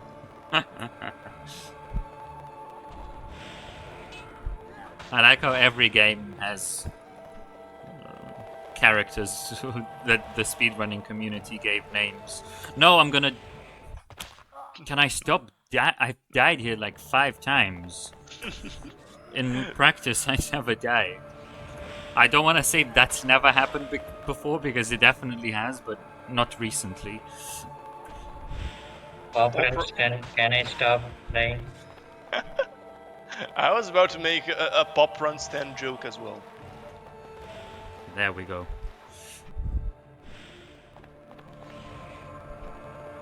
PoPRuns 10, can we stop playing this? Please.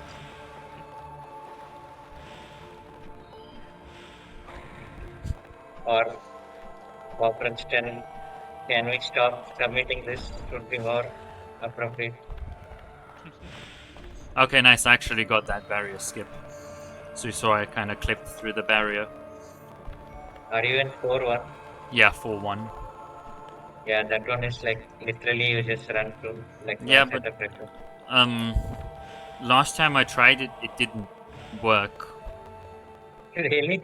Yeah, so which is why I was saying not going for it, but I just tried it again and it worked.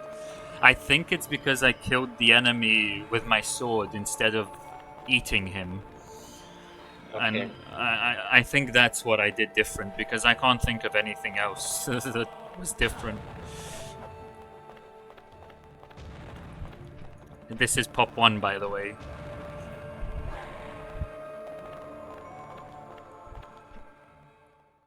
Isn't there like a remake of Pop 1? Like, is it like Pop Classic or something like that? Yeah.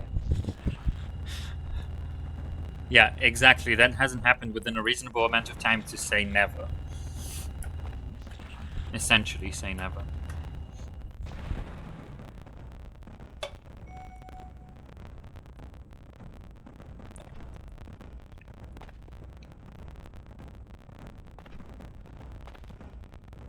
Vel is giving me PTSD from yesterday with those numbers, except this time it's the other way around.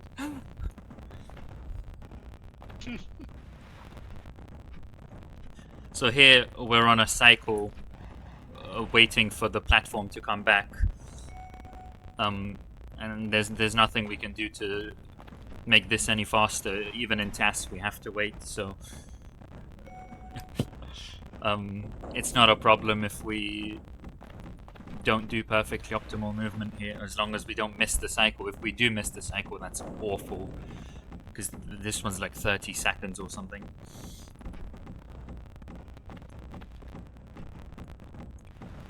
Oh my god, go down. I might actually miss it now. I think I should still get it.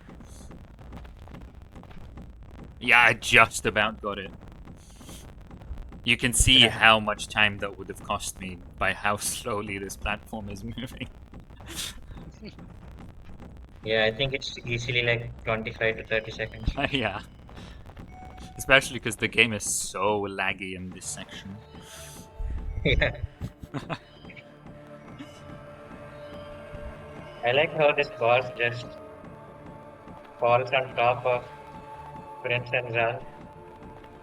Like they didn't bother to move the characters or something during the cutscene.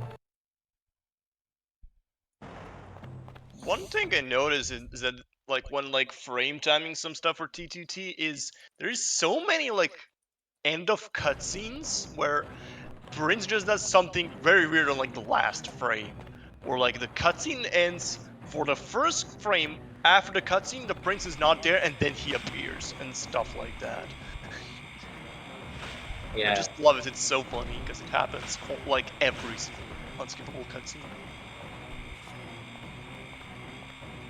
like it's not common for games to move the characters like a puppet during a cutscene, but like being actually able to see it is quite bad design, honestly. And yeah, I can definitely see that happening. I haven't watched like that many games like to that extent, but like in T2T, it seems to be like happening all the time.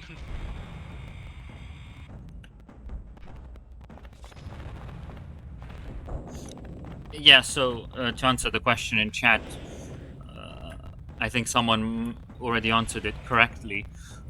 But yes, there are emulators that don't emulate the lag, but we want it to emulate the lag to be accurate to the original console.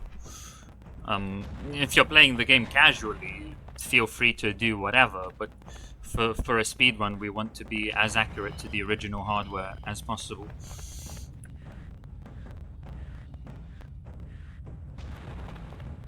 Yeah, and I heard Nintendo emulation is really good for the most part. Cough, cough, can say the same for PlayStation and Xbox.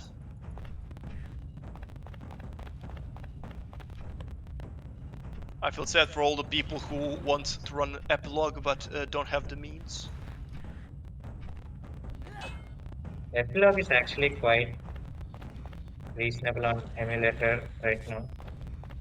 And yeah, I Like, guess RPCS3 is getting like really good, but it's a bit like it took like 15 years to get to that stage. yeah, I'm getting destroyed here. Oh, same spot as Smat. Oh, nice.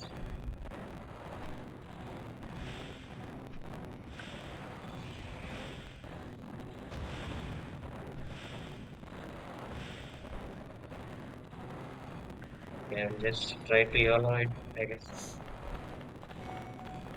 Okay. Actually, this time the cycles seem synchronized correctly, which is why I was able Ceiling to. clip here. This one's easy.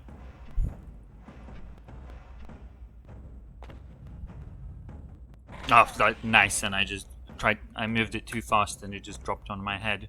Luckily, the prince can evidently withstand a boulder that's like 2 meters in diameter just landing directly on his head. And he just goes, ow, and then continues about his day.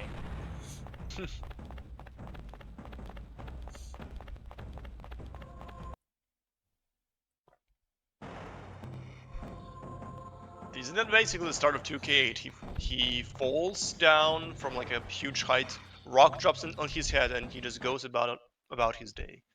Yeah, but in 2K8 it's a much smaller rock.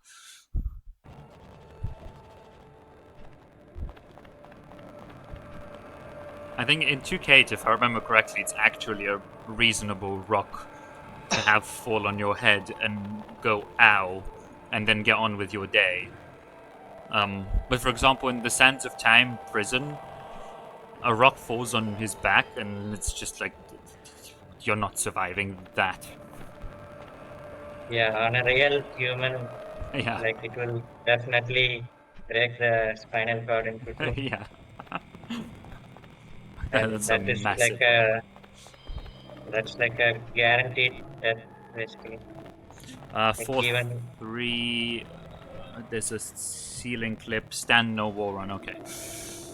Boop, boop. Nice ceiling clip there.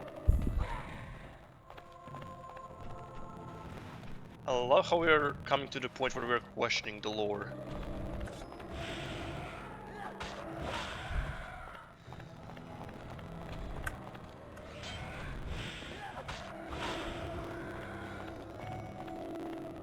Yeah, I think if I remember correctly, at the start of 2K8, when a rock falls on his head, it's actually like a small pebble, like maybe a couple centimeters, which that's quite reasonable. If a rock that's a couple centimeters in size, or maybe like 5 centimeters, fell on my head, I would probably go ow, be really annoyed by it, and then indeed move on with my day. That seems quite reasonable. Yeah. But not those giant ones that we see in prison or this game. Or just like straight up a boulder. it's just absolute. That boulder probably weighs a few tons and falls directly on his head, and he's just like, ow. I think they even copied the same sound effect from 2K8. That's really fun.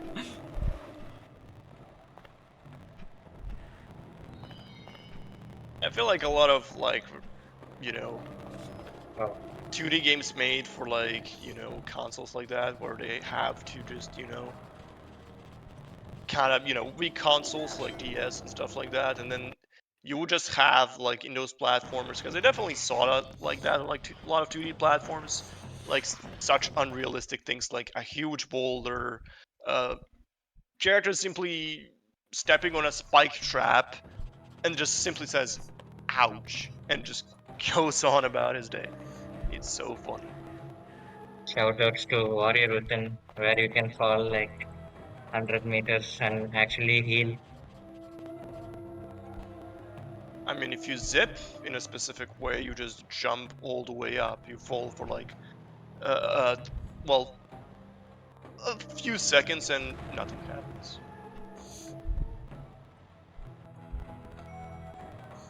I think in Warrior Within there's also an NMG way to fall 100 meters and heal. Oh, is there? Yeah, Yeah, it's just the cutscene where the Dahaka throws you down. or the cutscene drops that we do. Oh yeah, cutscene drops as well. What? Like, You don't heal from those, do you? yeah, we don't heal, but Yeah. we But survive survive? it. Yeah, This level is really annoying. I hate it.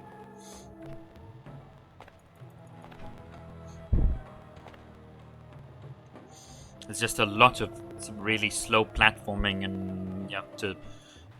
We're gonna have to come back to this place again, and there's a cycle, and if you miss the cycle, you lose like 30 seconds, maybe even a minute. It's ridiculous.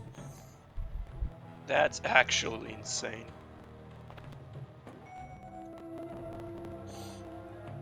So we're like swapping places with Zal and stuff, and controlling him separately. It's kind of cool. Like a lot of these sections are unironically cool, and I think this game is good in the sense that the art is cool, the level design is cool, but just the controls are so poorly implemented that it really takes away from the whole experience.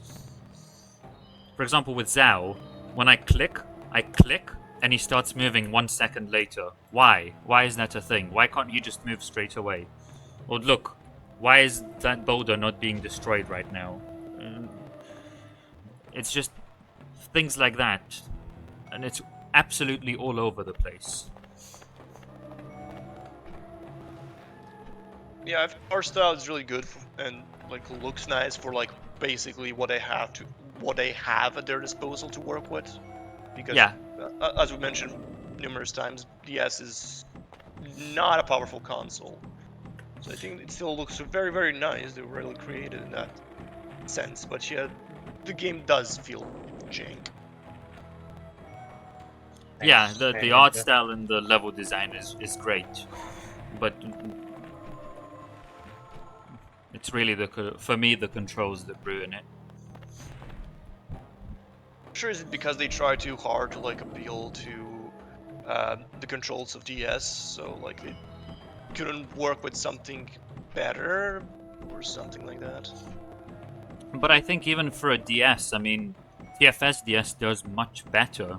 It's still bad, but significantly better. So I think even with that in mind, they really didn't do a good job Yeah. of making the controls reasonable.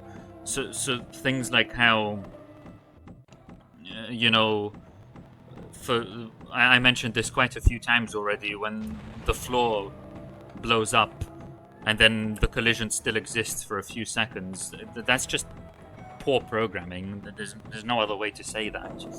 Oh yeah, in that case for sure. I think all three DS of games are like basically objectively bad. Cool strat here. We merge with Zhao, and then the second we merge with him, or come back with him to meet him and gain his powers again, we do a TK to save ourselves from dying from that fall. Very cool strat there. Ooh, duh.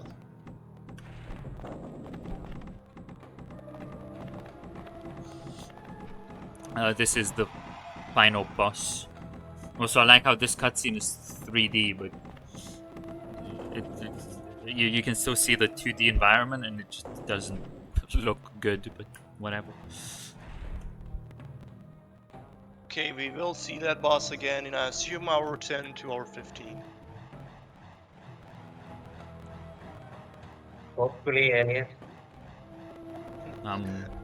Hopefully. And to add on top of that, someone in the chat says nearly 2 hours in and the runners are still seemingly sane. Stark contrast to the Warrior Within run.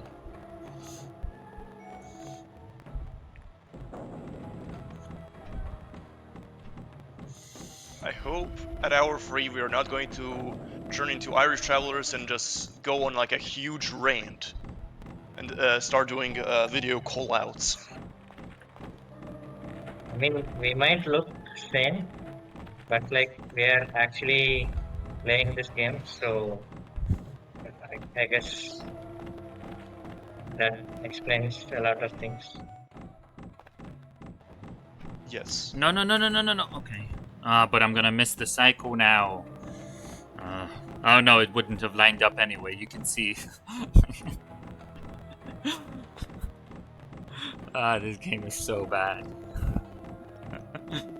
Sometimes you just have to take a death to like make the cycle synchronized or something. Yeah, no. Quite bad. We're just gonna wait here. I'm gonna eat my cold food. Can I make that? Nope. I can't. He grabbed the pole.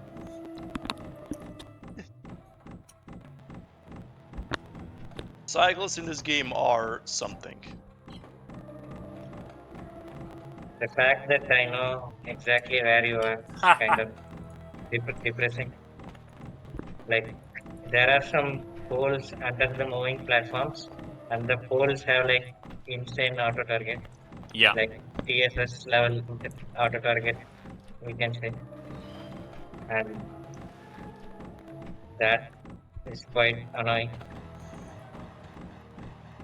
The same thing happened to me in, well, I guess today's run, because I did it at 3 a.m. today. Okay, we're going to level 4-5 now.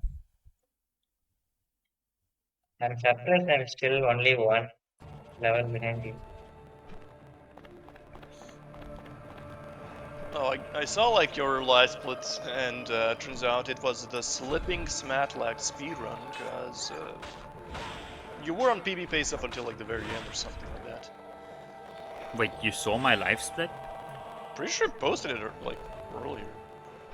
Oh, from the previous run. I thought you said you can see my live split from this run. I was like, No, how? you posted it at 7 a.m. Yeah.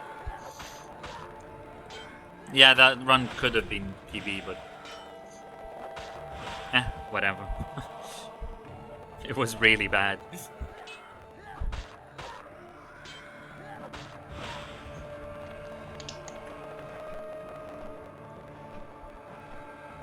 I think this run is quite TV based, right?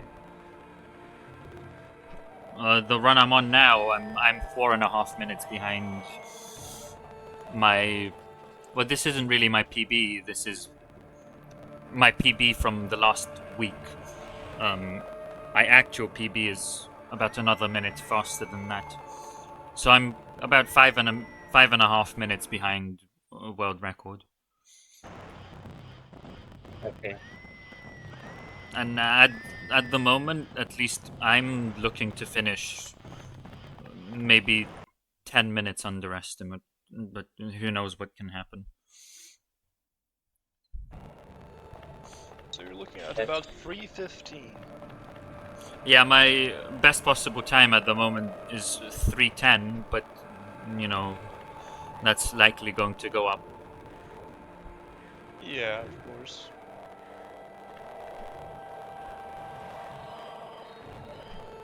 Actually, when it comes to important lore, did we actually mention 404's neck yesterday during my and GMP's D2T race? I don't Or think should we so. talk? Okay, then who shall explain the 404's neck? I think you can explain it because That- you are the snake. You are the snack, and that's why we hired you as a commentator. I mean, Yeah. GMP has the snack profile picture. Oh yeah, he does, doesn't he? Although on Twitch he's Yeah. Carl. Yeah. But anyway, the story is if you open your browser and simply write discord.com/404, you will get the, the good old 404 error page. And on there, I think there's like a lot of Easter eggs. I haven't really explored them, but one of them is if you pressed on like a snake, it will just read to a simple like good old Nokia snake minigame, except it's like just kind of Discord having their own thing. And for some reason, the snake in that minigame, like the profile picture, if you're on the Discord, you can see GMP's profile picture. That exact same picture of Snake is always in the top right corner, and to all of us, that same picture of Snake just looks so funny for some reason. I can't explain why, but it just looks funny. And it just kind of been a meme in our group, I'd say.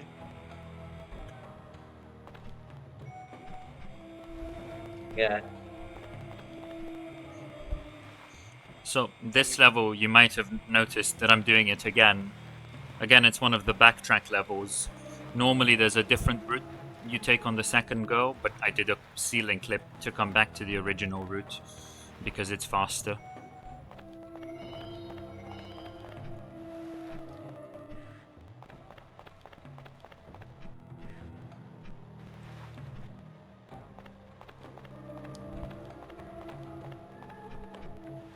Also, you might notice that the sound quality isn't the best. Like when the music is playing, it's a bit. You can hear a lot of noise in the music, and that's not really so much the emulator. Maybe to some extent it's the emulator, but on the original console, the sound also doesn't sound great.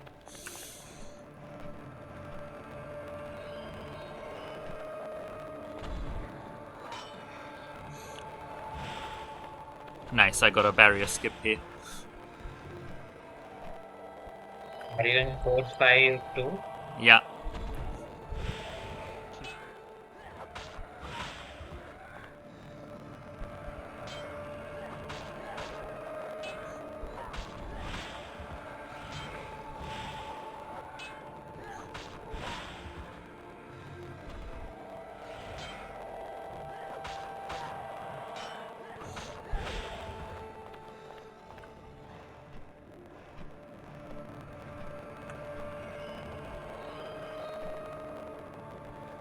Yeah, I think I have to wait like 2 minutes for this to line up.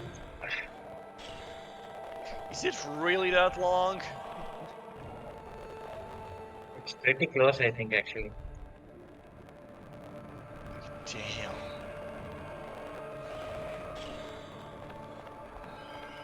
Like, I know I can't go now.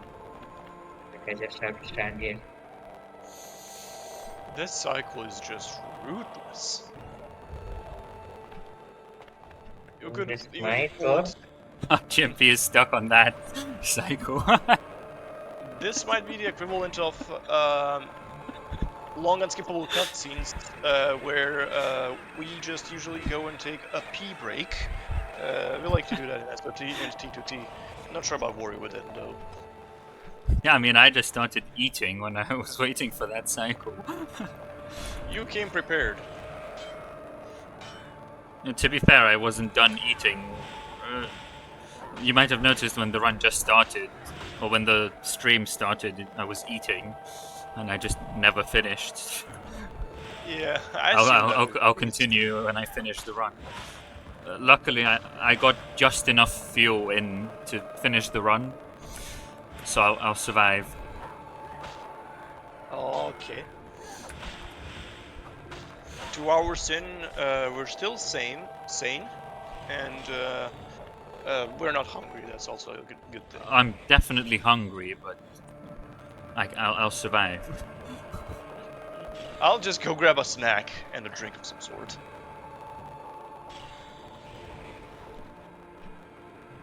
Ah. Oh my god. These things, the elastic corruption, they're terrible.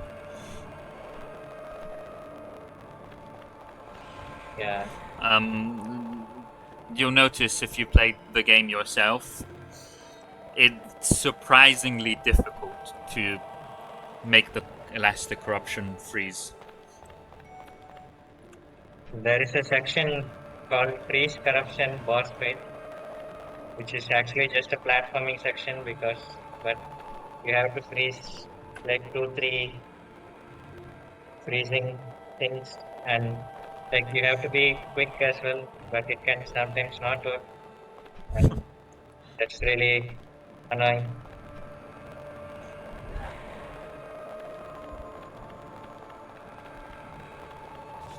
I would like to know who came up with the sound, like the sound effect of Zal getting kidnapped. Like it's quite saddest.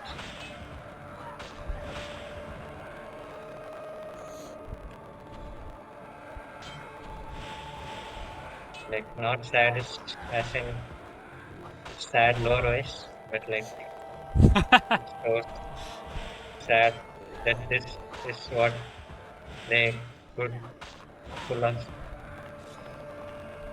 We have to rub Zal here. And then here, nice little skip coming up. Well, if I can do this. Corruption.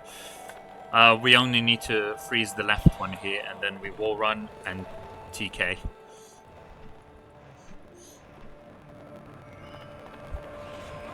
And that's the end of 452.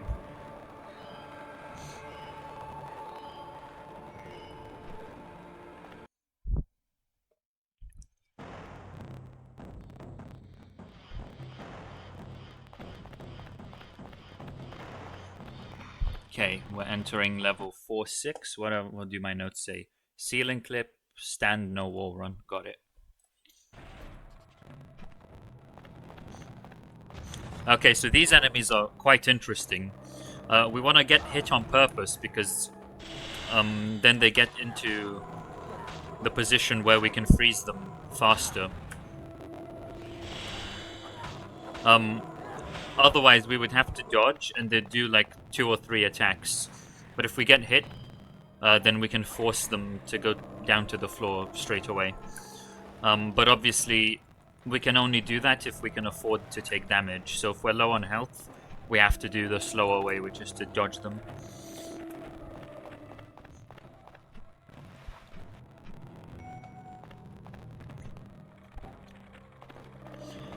So with these enemies, we have to be careful to watch our health.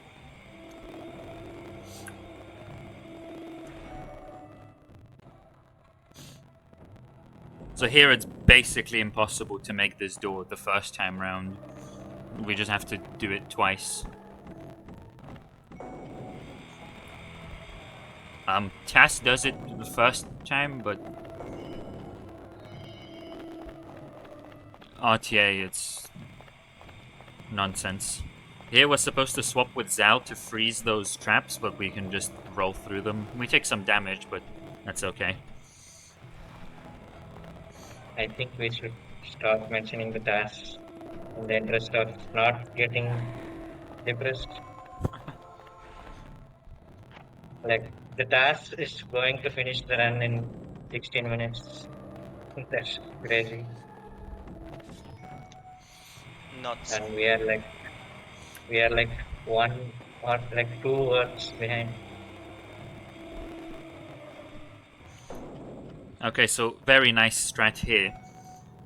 I'm supposed to do some platforming to the right with Zao. Whoops. But I just do a ceiling clip here. And the very nice thing about that is that by doing this, we skipped a trigger that would have loaded a bunch of traps here as well.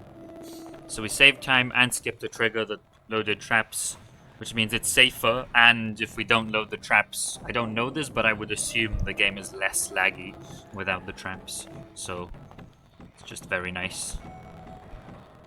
And the ceiling clip is completely free as well. You just jump.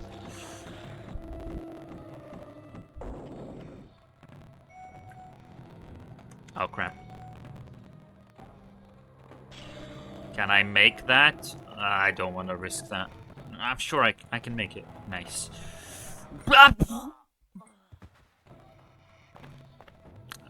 Okay. I guess we'll do all of that again. Just another example of... You know, I definitely made that, but because this game is poorly made, I died anyway. Fun.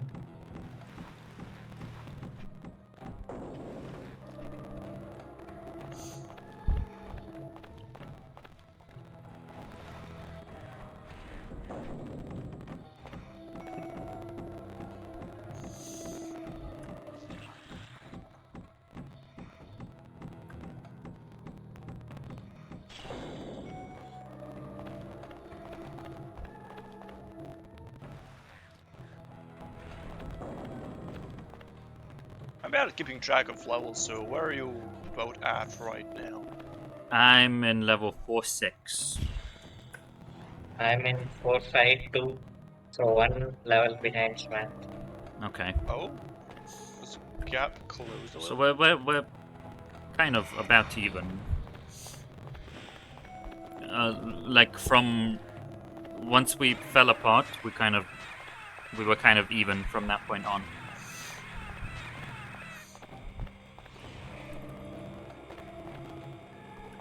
One level, but can't say how many minutes exactly. I'm not knowledgeable about this game enough. I started this level 5 minutes ago, so I don't know how far GMP is into finishing his level. I guess the level's just long. Yeah. So we're at least 5 minutes apart. I'm at freeze corruption boss fight. Uh-huh.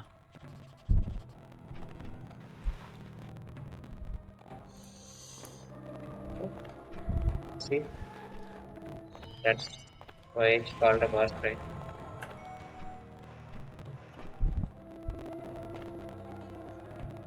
Just doesn't work sometimes. Yeah,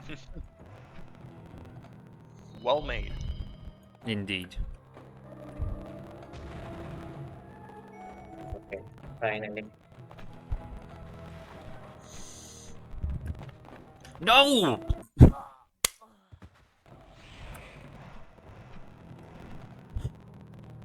So, what happened there was I was holding an input to the right because I needed to run to the right.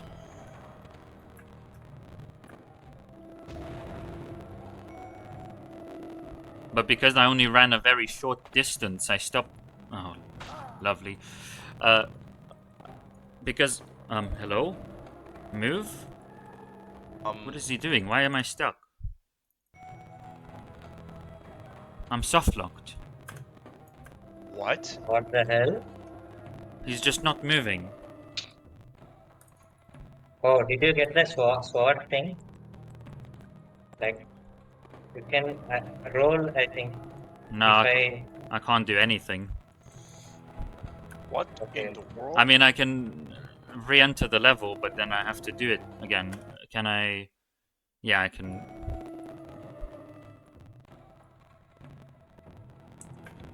Like, is there a way to die or something? No, I literally can't move. I have to re-enter the level. Wow. I guess at least the start button is working. Damn, that's huge. It's okay. The estimate is quite lenient, precisely for such reasons. Yeah, I guess random soft log just happens and you have to redo the whole level. That's actually never happened before. But I was In saying before, before that, because I I got the died. soft lock as well. I was holding an input to the right because I needed to run right, but I only needed to run a bit, and so I held it only for a bit, and that actually registered as a jump. And then similar to how in 2K8, if you buffer a jump from a vine, he just kind of does the jump.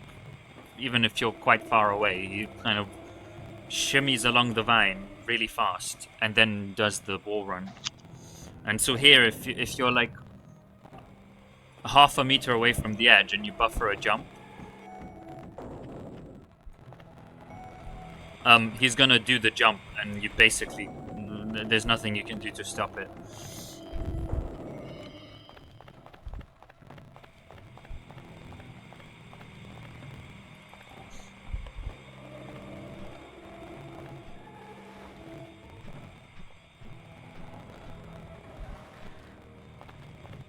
Oh yeah, you and GMP are now on the same level. Yeah. Well, I kind of soft locked, so.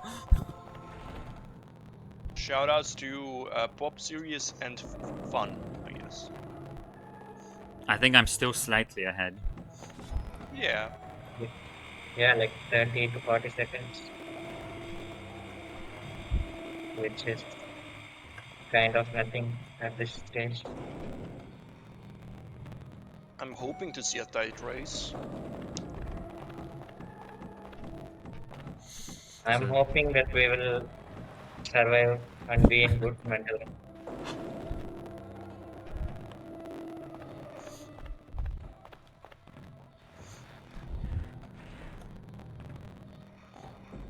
Well, evidently I could not survive this level.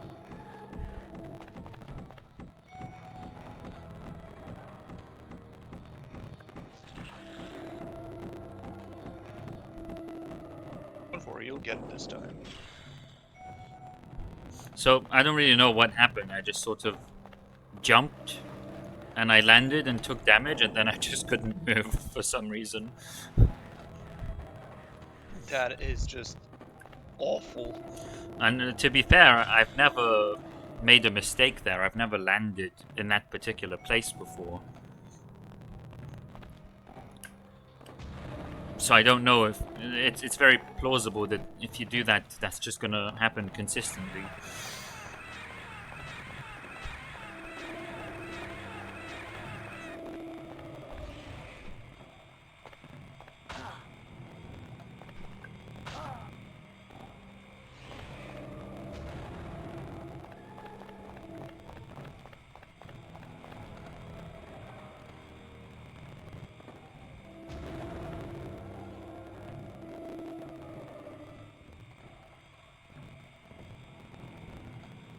I would say the reason we're still sane is because we already know that this game is awful.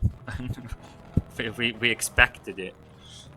I think we very much braced ourselves for things like that before this run. By the way, Smath, there is a 1 minute and 30-second offset between my IGT and real time because I'm using cosine audio. Because... Oh, very interesting. So I guess I'm technically ahead of you, like in terms of Huh. IGT.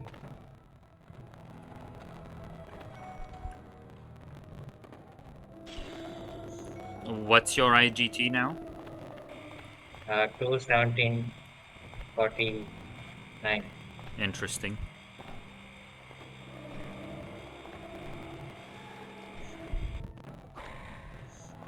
Perhaps the IGT wasn't stupid after all. Yeah, but I'm also using like the softerizer renderer because the game looked slightly better and I wanted it for the showcase.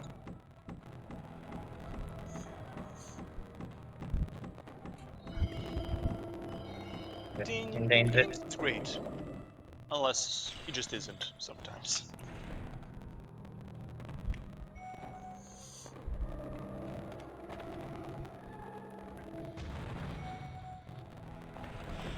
maybe I should have used low settings in the interest of estimate. But let's see.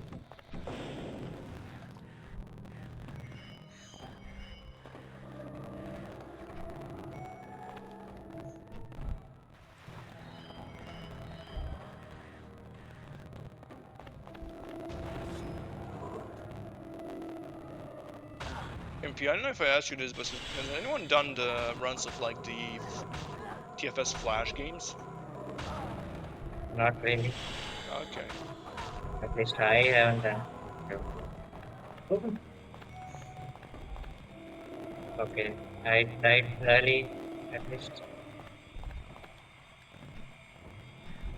When we finish this level, we'll compare our split times, and then we'll know who's ahead. In game time. Also, live split use IGT. Yeah. The in-game time we use with live split is basically calculated based on how many frames have passed in the emulator. So you can see on both of our screens in the top left, there's like a number that's constantly going up. That's how many frames have passed since we started up the game. And the in-game time is basically that number divided by the frame rate, which is 59.8 or whatever. Right. Okay. We were using RTA, but I assume I see the difference now because GMP has about 5,000 frames more. Well, that we could have just started the emulator at a different time because that's when we started the game and not when we started the run. So that doesn't really. Yeah. Okay, that explains it. Because I was like sure that it used that you used RTA.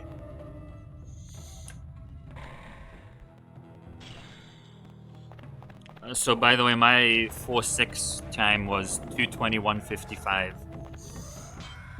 Yeah, I think you were still a bit ahead then Okay.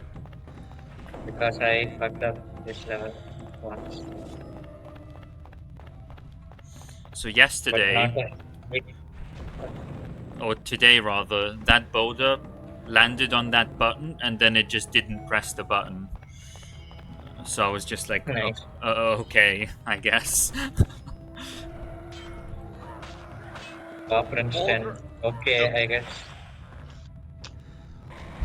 The boulder wasn't heavy enough. If I can press it.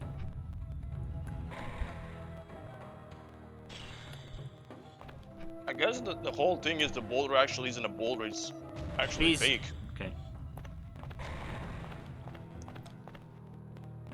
It it looks like a boulder, but it's very light. So that's why when it actually fell in Prince, it was just a simple ouch. Yeah, it's maybe made of plastic or something. Yeah. Seems like a very lore accurate explanation to me.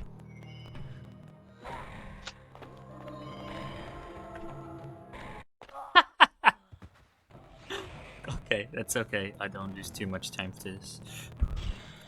Okay, they are actual boulders. With that, we can confirm it.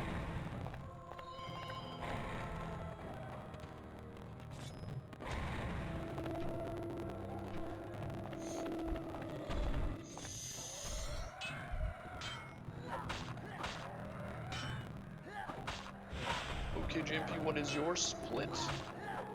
2:22:42, so I'm 1 minute behind. 2:22:42, you said. About Yeah. 50 seconds behind 47. in game time. I played that correctly. 2:22:42. No, it's actually a minute 13. Yeah, I calculated it. So no, 47. Yeah. So this level can make or break estimate. Like that, I guess. See, and So we're just hoping that the controls work properly.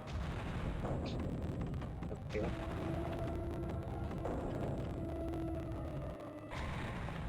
Okay, finally.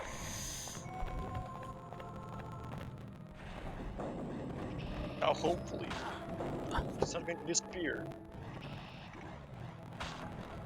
Okay, and you didn't get the thing where Boulder went over the button and simply did not press it.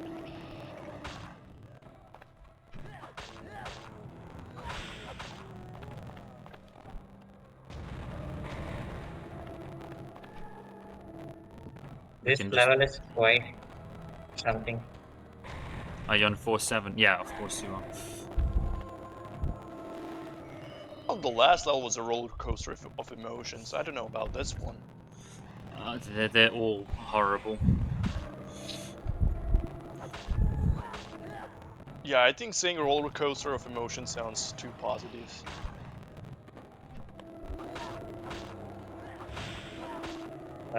Roller coaster would mean there are some positive aspects of emotions, but I don't think we have positive aspects. Runners are 2 hours and 26 minutes, and they're starting to slowly go insane.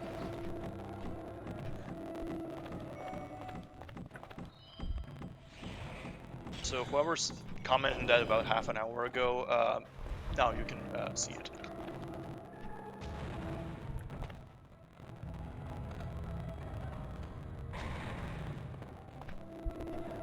Not sure why this shit is not working suddenly. That's another candidate for PoPRuns 10. PoPRuns 10, why is this shit not working?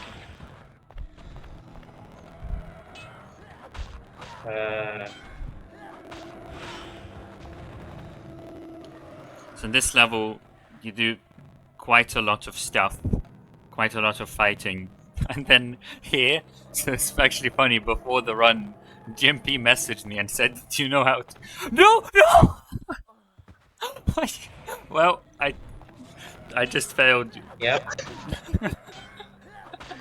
By the way, guys, I have a placebo for This the game thing is that so Matt bad. just died in.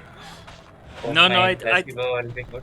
I didn't even die to that though. Well, I died to that, but not in the way you think. Did you get the checkpoint? Oh my god. Well, I lost like 30 seconds or something.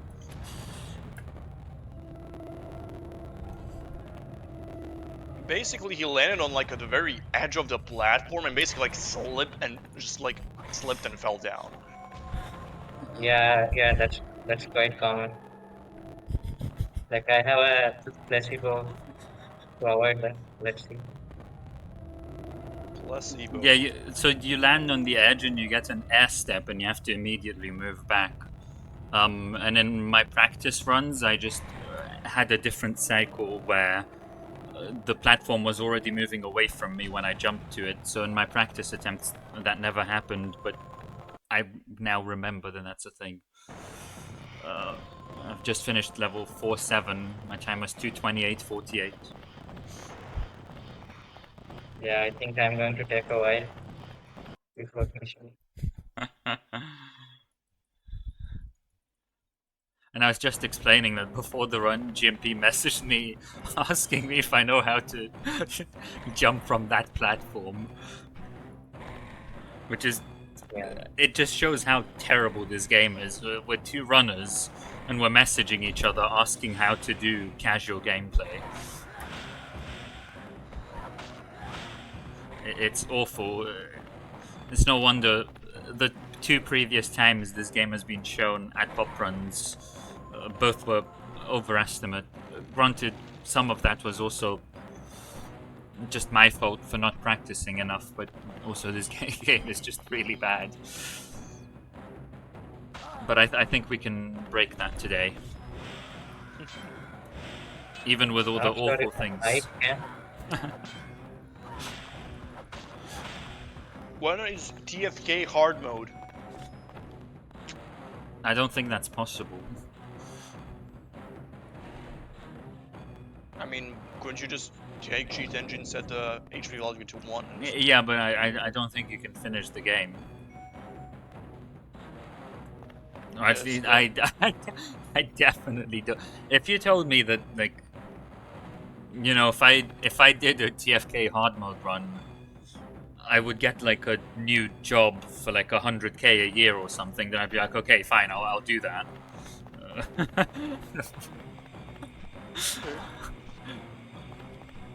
But otherwise, I don't think there's much you could do to make me do that. Alright. I think 100k is a bit low, honestly.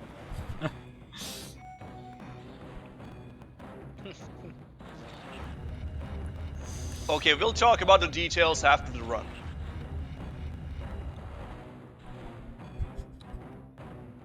We'll negotiate.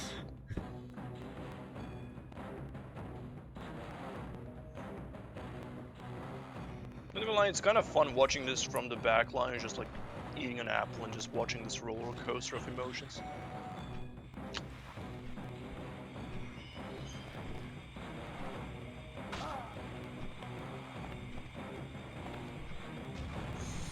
You can die very easily in the upper sections here, but luckily there's a checkpoint anyway.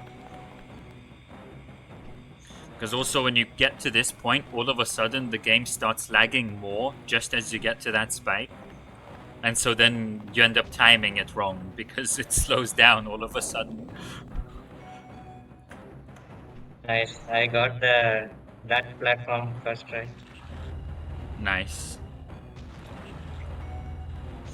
This is like T2T jump panel or chain. The TFK equivalent of that.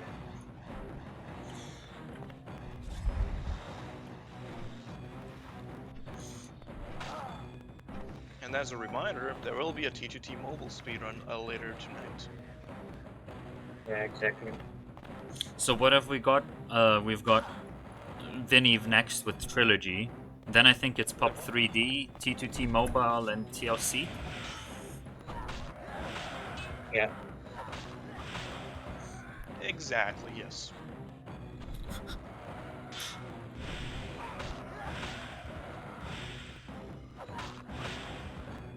For some reason I had Pop 1 in mind instead of Pop 3D.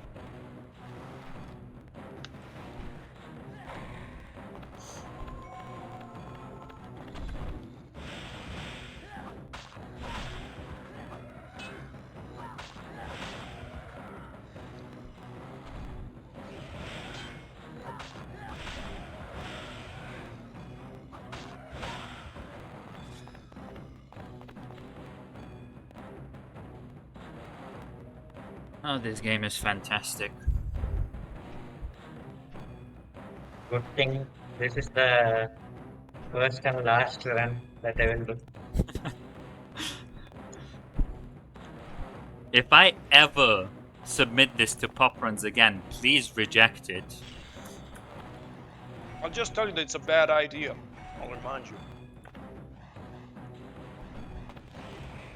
Well, when it comes to this PoPRuns, it's too late to regret your ideas and Well, decisions. this PoPRuns it's okay because at least I get to redeem myself and go underestimate for once.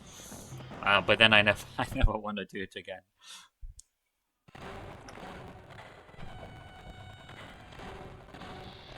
Well, this is 4-9 then. So another boss. Another boss fight. I hate this one. So you're like in this water, so you can't move quickly. I think I messed up. Holy shit, it's Snake. Yeah, it's a rattlesnake. Nice. I was half a health bar away from getting the one cycle, so I've got a whole ass cycle now. So you depleted 4.5 skulls, I guess. And what? Took off 4.5 skull spaces, so just 5.5 left. Yeah, and then there are like 3 more phases after that. I have a feeling I'm gonna die though. Oh, you just force interrupts that phase when you get to halfway HP.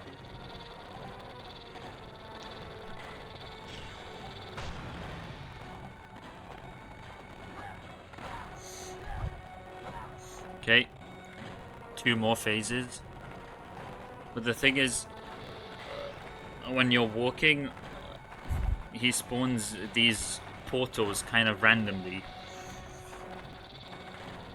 And it takes up 1 HP. Or 1 health bar, rather. I'm not gonna get... Please? Okay, I got this ankle. Okay, I can take 1 more damage.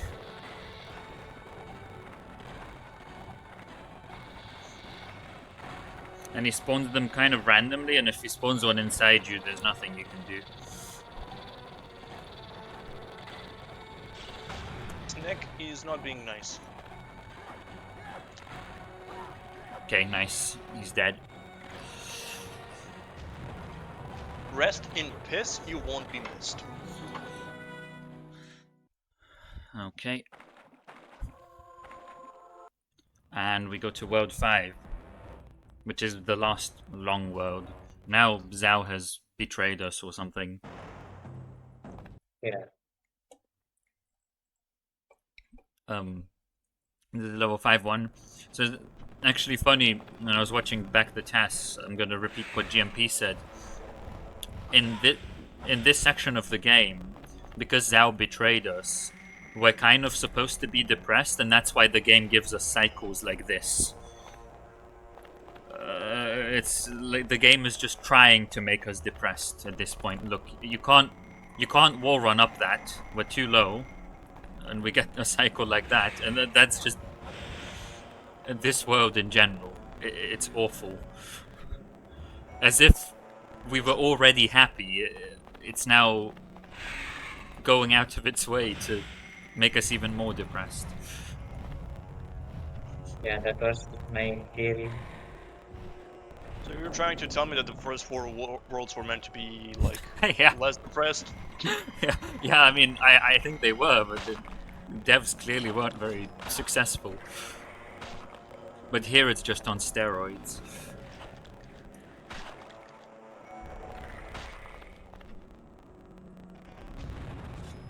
More like forcing you to uninstall the game.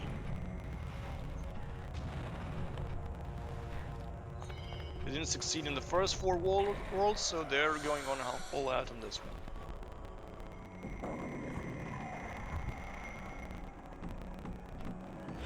You can get that top enemy sometimes, but I don't really understand it, to be honest.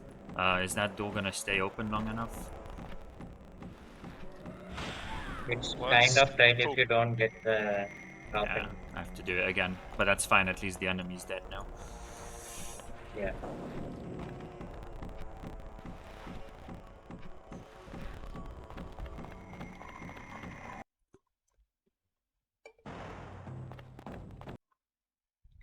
So that's 5-1 done.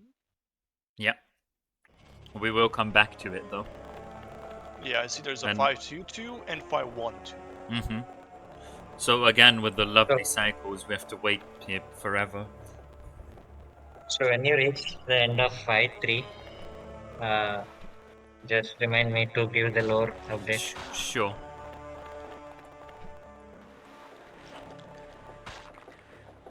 Yo, lore.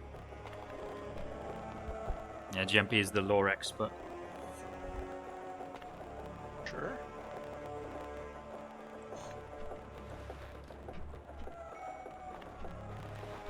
Uh, I feel every run in PoPRuns needs to have a lore expert that explains all the important plot stuff. Coming up is a ceiling clip, skips a bit of platforming. Normally in runs I don't go for it anymore because it barely saves any time and it's quite difficult, but I'll try to show it off for the marathon. It's a similar thing. Nice, I got it first try. Good You stuff. have to click very, very fast. You click once to wall run, and then move your mouse to the left and click again to jump. But you have to do all of that within just a few frames.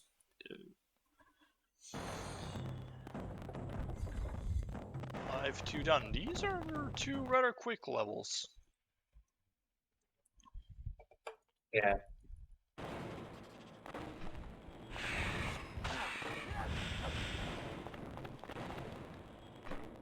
Ah yeah, so this is cool.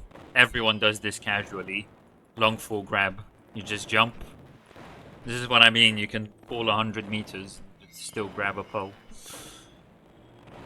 But also, I That don't was even the know.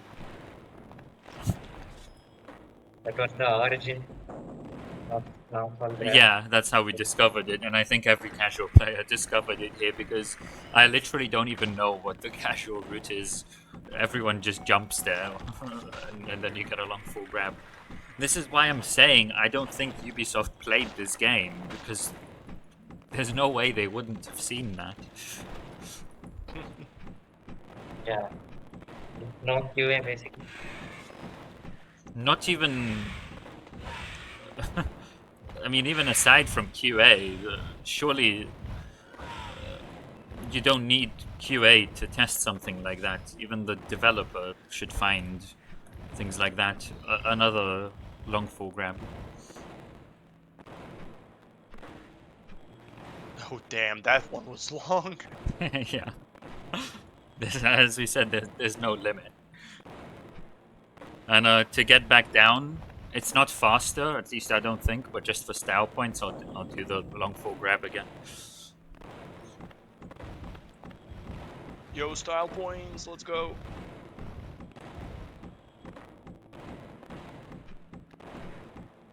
The prince has very strong hands. Okay, I'm at the end of 5-3, so GMP, go ahead, do your lore update. Yeah. So basically, the final boss of this game, the Fallen King, and Zal are the same person, and like he did some experiment with the corruption or something, and got split into 2 personalities. So yeah, that's the lore update.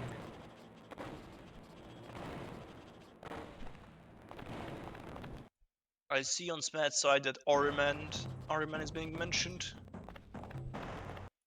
Yeah, this is the 2K universe, so it makes sense. Yeah. Kind of the ending of Epilogue doesn't like. Kind of looks like. I don't know how to describe it. I also don't remember it like very well.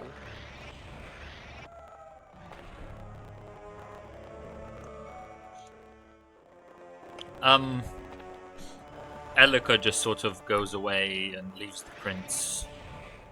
Elika goes to find her people or something, and that's it. Yeah, it's a very kind of I don't know how to describe it, kind of an ending. Like there isn't really much going on. I mean, it was clearly being set up for a sequel. Yeah. Yeah, which I just feel like, which then never happened.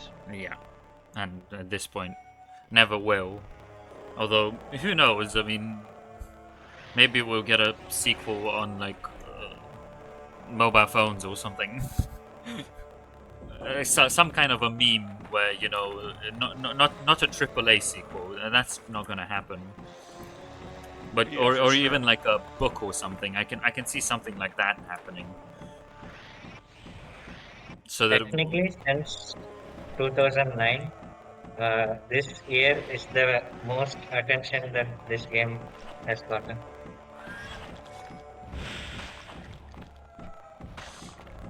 From Ubisoft. I mean,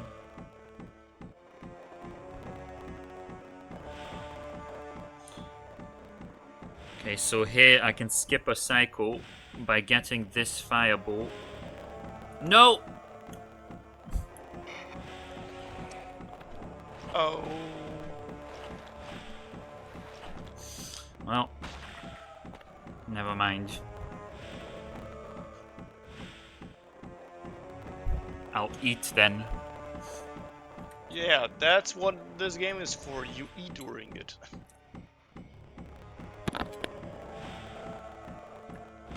Beautiful.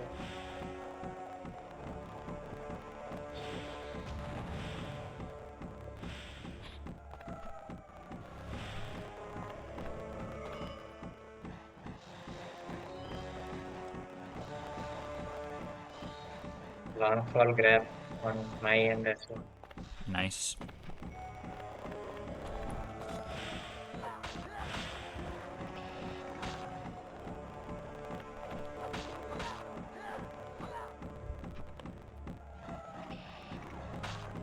It's not like I know how to do it normally. Anyways, Yeah. So, little strat coming up here. There's a platform right there that moves up. If I jump over it, I prevent it from moving up because it only moves up once I go over it. And we can get the perfect cycle by jumping over it initially and only coming back to it when we need it.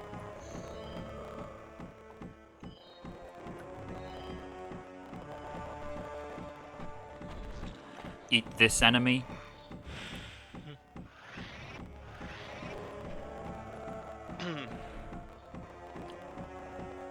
second long fall.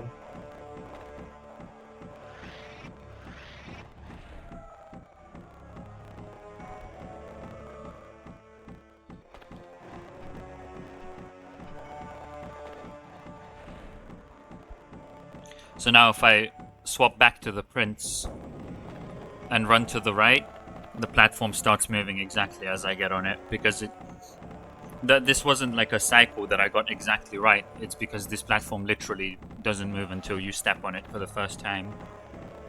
Which is why we want to avoid stepping on it initially when we don't want to go up yet. Yeah.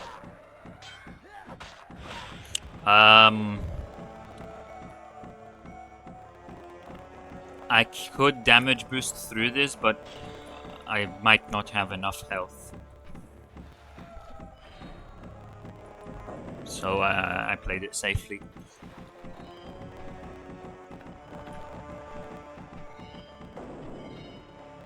Fair. Yeah, you're on like 1.5 HP, so it makes sense.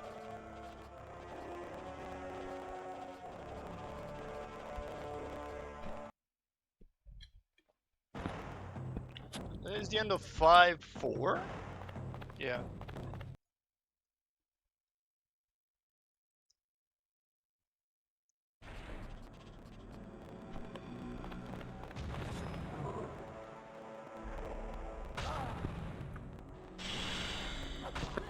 This.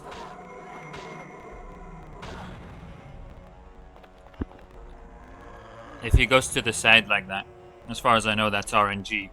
Oh crap, I'm dodging him by accident. I don't want to dodge him. If he goes to the side...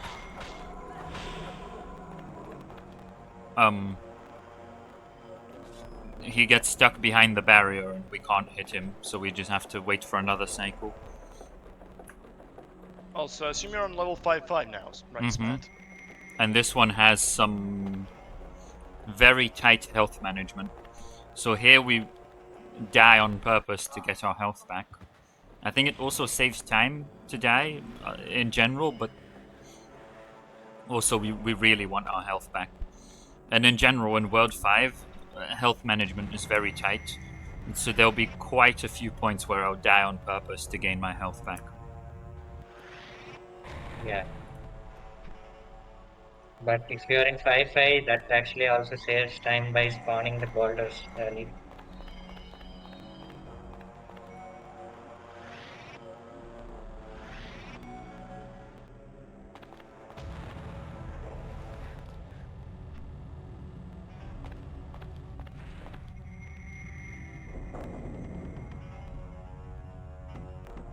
So this next section, I'm sure it's possible to do without losing any health, but...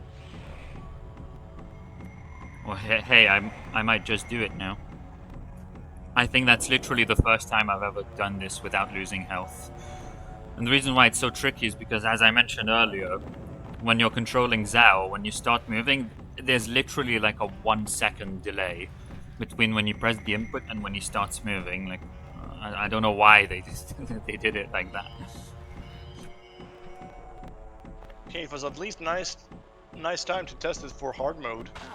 I didn't want to take damage here, that's annoying.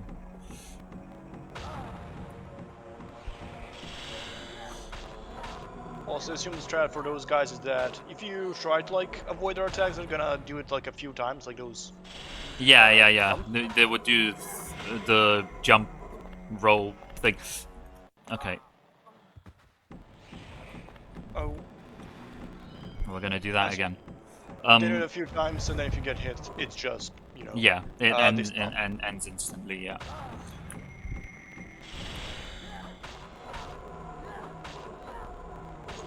Which is why, one reason why health management is so important.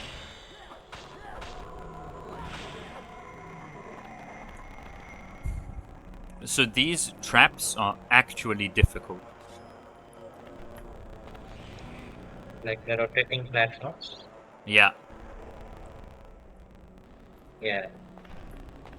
So here, I have to hold on the prints to activate my shield. But I have to hold on the platform to stop the platform from rotating. And there's a tiny section where I can hold my stylus where it counts as both. Where I can both hold my shield and stop the rotating platform. So that I can wait for the cycle.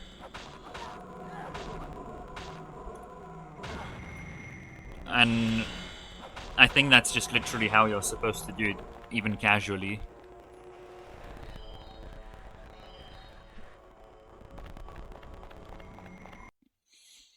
They were not kidding when they were making this game.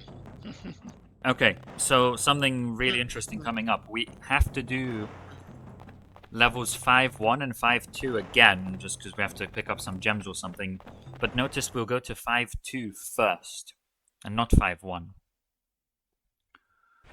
And the reason for that is because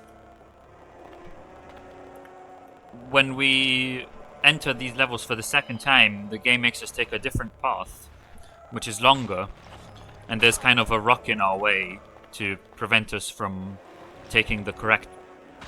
to prevent us from going the original way, basically. You'll see it in just a second.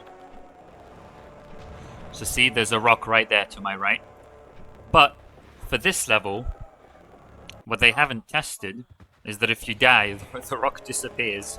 So we just continue normally. Good stuff. And there's a similar level. There's a similar rock in level 5-1, which we also need to do.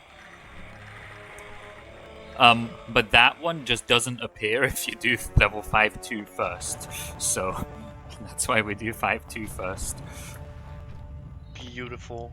And where I did the ceiling clip last time, I'm now gonna use Zhao's portal because I have that this time.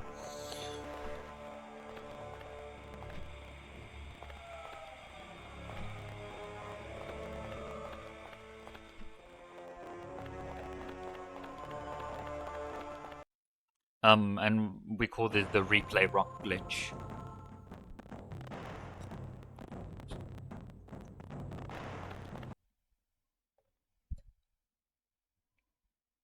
Struggling Yeah. with the rotating left.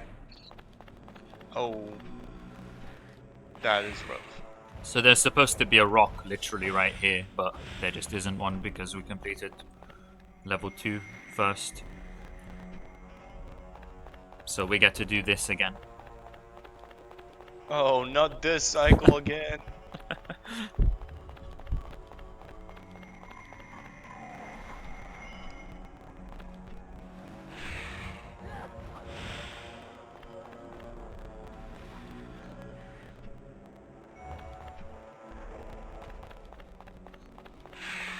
I remember you cleared 5-1 very quickly, so I assume you're gonna clear this one. Yeah, and if we went the intended way, it would be awful. There are some very difficult trap sections that take absolutely forever to do.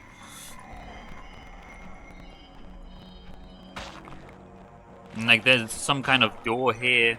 You see those red diamonds or whatever? Yeah. I literally don't know what that's for. We just don't need it.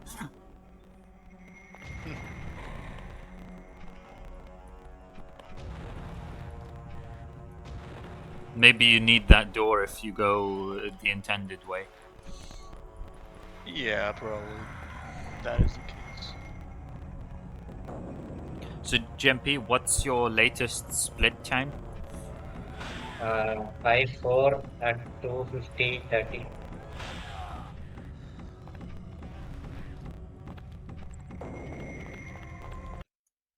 Okay, my 5-4 is 2:47:58.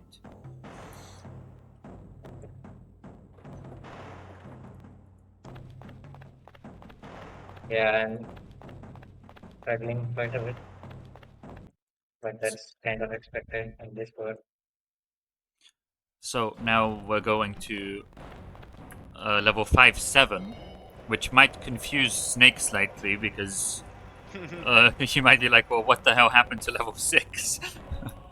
I see any notes, I'm just like 5-7, 5-6, I'm just like, are you really doing 5-7 first, or is it just like this thing where I just like forget to write something, then I write the next level, and then I was like, yeah, I'll write the previous one after, like, the next one on the list, just because.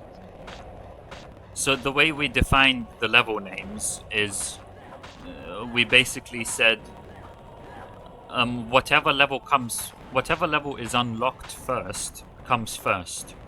And some of them branch out, and in cases where they branch out, we define the level that's further to the top left on the map as first. Yeah, alright. And Makes sense. in this case, level 5-7 is indeed unlocked after level 5-6, but level 5-6 we don't need to do until we've cleared all the other ones anyway. I die on purpose here to get my health back. Yeah, level 5-6. If we do level 5-6, we have to then backtrack on the world map to do levels 5-7, 5-1, and 5-2 anyway. So it's just more optimal in terms of world map navigation to do level 5-6 after all of those ones. Fair. How far apart are the two of you right now? We're at least 2 minutes apart in game time, I think, in real time. Oh my god! Okay.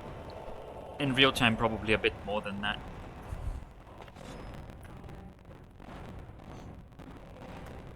And I assume the marathon's gonna use in-game time. The real well, time. we're using real time, I guess. Okay. Why did I go for that? Ah, I have to do all of that again. I should have been more patient. It's okay.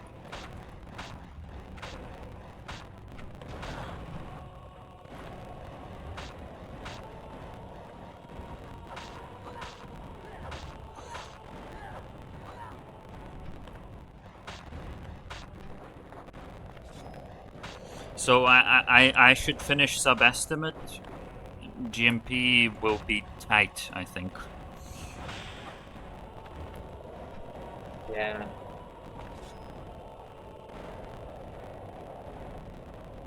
Okay. I'm glad to get that section out in first try. The stupid cycle.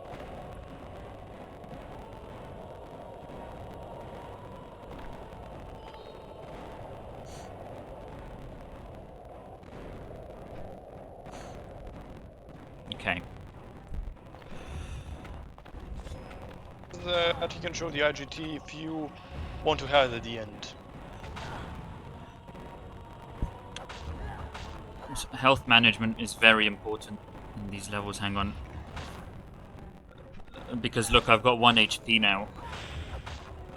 And optimally, you want to lose health because the fastest way to get rid of those exploding enemies is to ignore them.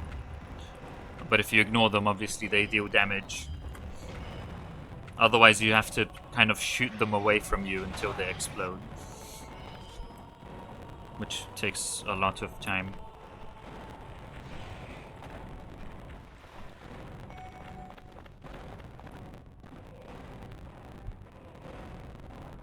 Yeah, we can tell you what the IGT is at the end of the run. So again, the exploding enemies at the bottom we ignore. But if for every one of those that you ignore in these fights, you basically lose 1 health bar.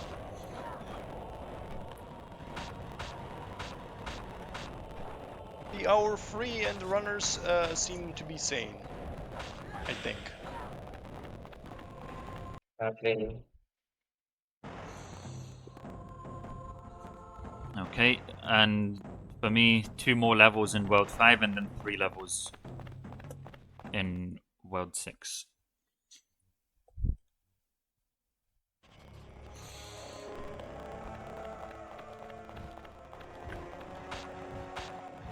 These enemies are really annoying. You just kind of have to do this until they get knocked down.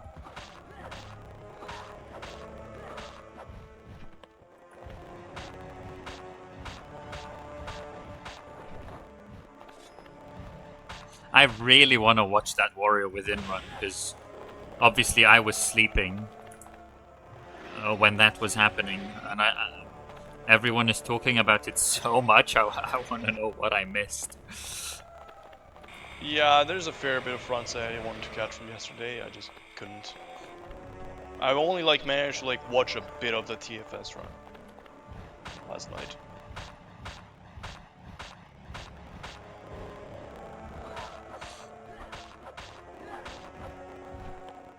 So far, I've caught most of the runs.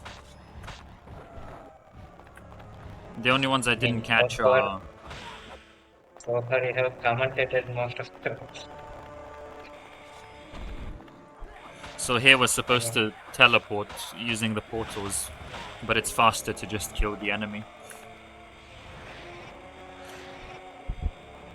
Smat also did 3 runs for this PoPRuns, I believe.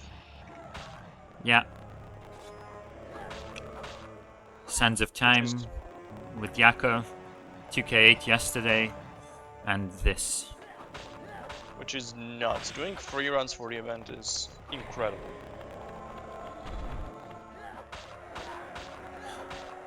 I did think only 2 and feeling stressed, and both were bad. I think for some I've done 4 as well. Oh, if you count the Dungeons and Dragons submissions in PoPRuns 4, I think I had 4 submissions. I did 2K8, Sands of Time, TFK, and Dungeons and Dragons.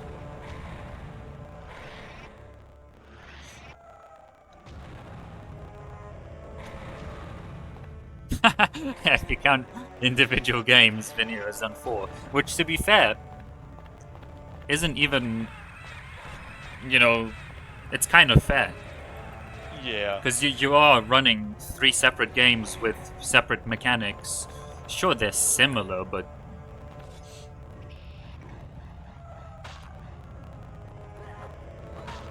Like it's 3 quite a big categories that needs to be learned, so it's actually 3 perfect.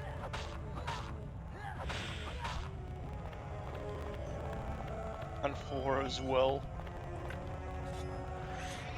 There's a long 40k here. Third... No. Okay. Third and to the right.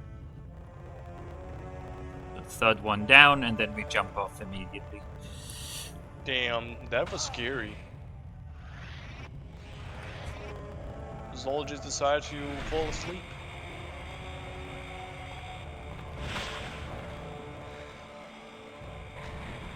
I think there is a checkpoint right there, so it's not a big deal, but I've definitely done it in runs where I just jump off there and then I just die. Yeah, Zal just goes. And it's I really don't annoying feel because like it. the fall is really long there as well, so it takes like 10 seconds just to fall to the ground and die. Okay, and the final level in this world, and then afterwards one more world with 3 levels.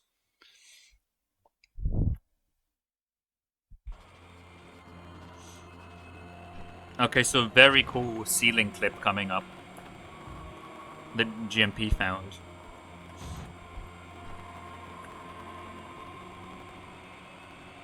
Right after we get with this boulder. Basically, we just move to the right and then jump, and that's it. We just... Nice. Don't ask me how that works. I can't tell you. So you basically jump in the wrong direction, and the ceiling there is low enough that you basically, how can I say it? Like the ceiling there is low enough that a jump is enough to clip on that direction.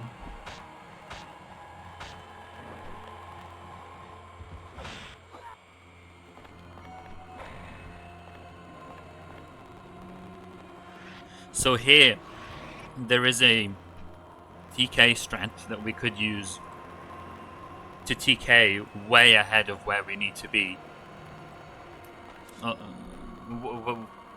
It would save maybe 20 to 30 seconds, but I tried it, and I know Tass does it, but I tried it and I couldn't get it once in maybe 10 attempts RTA, so probably more of a Tass strat.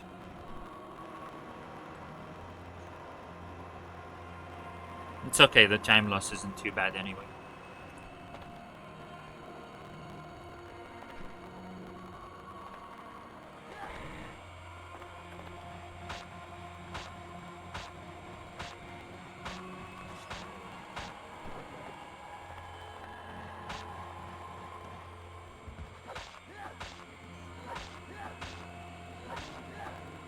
You can one-cycle these enemies, but it's RTA effectively dependent on luck.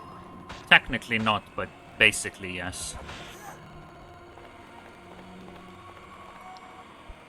Because you have to react to when the enemy starts falling down and immediately start attacking. Or you can count how many hits it takes, but I'm not gonna do that.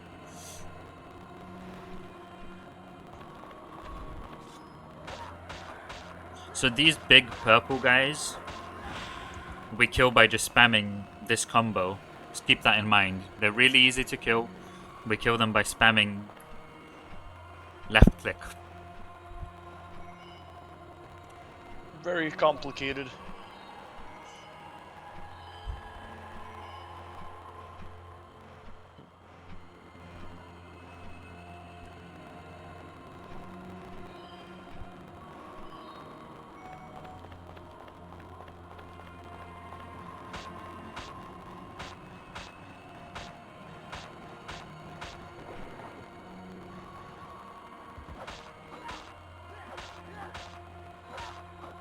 I nearly got it in one cycle that time. I was just missing one hit, and even that final hit, I did the final hit, and he went up just as I did the final hit. So again, these purple guys, just spam left click. Just keep that in mind. That's the end of World 5. Now, thou and the prince will merge into one for some reason. So now we will have both the prince's acrobatic abilities and Zhao's magic powers.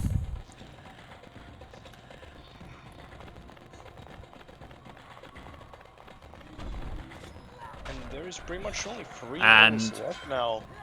Remember what I said about the purple guys? Yeah, so this...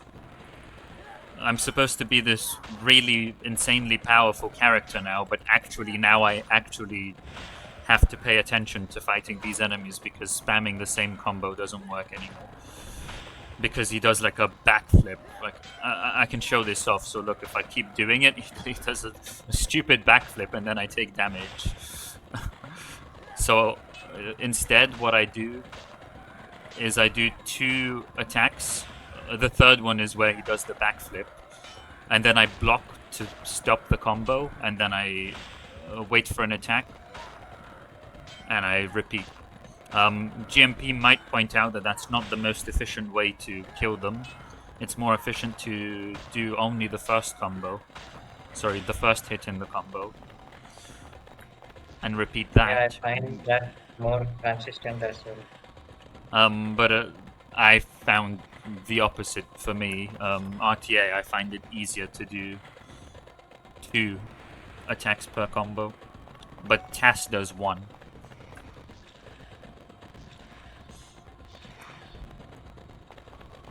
But yeah, it might be just another one of those things that we'll do differently.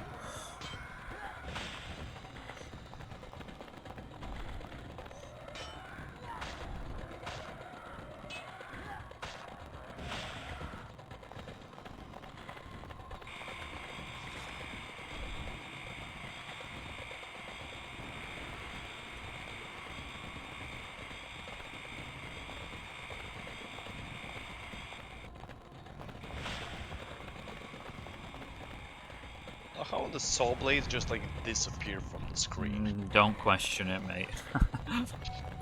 I gave up on questioning anything. They just didn't bother animating a reason for why they would appear or disappear. Top tip if you're playing this even casually, when you land on these platforms, hold the magic button. It's to prevent that from happening, but that time it didn't work. He died anyway. Cool.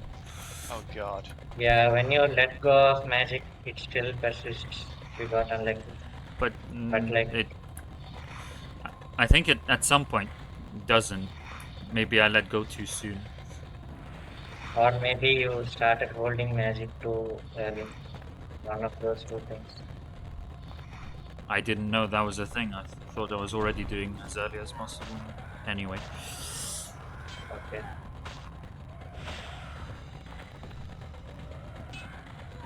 Good game, by the way. You literally don't press anything, and he just falls to death. I think actually one of the top comments on it might be GMP's TAS is it's just some person who's played the game, and they said there's no way you can do that section without the prince falling to death.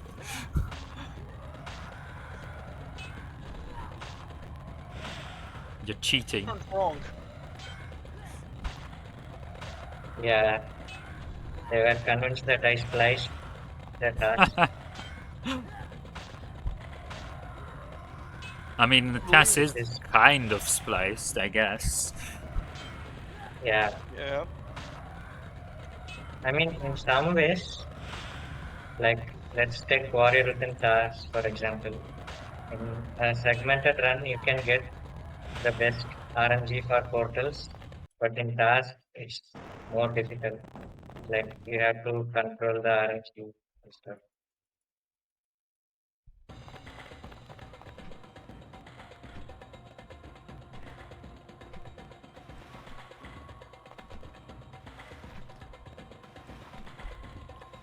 Okay, 6-2.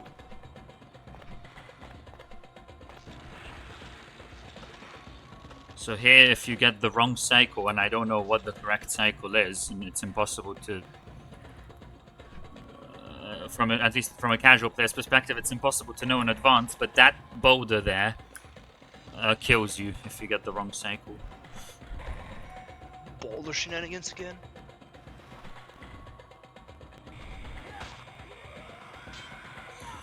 So this is the final level before the final boss.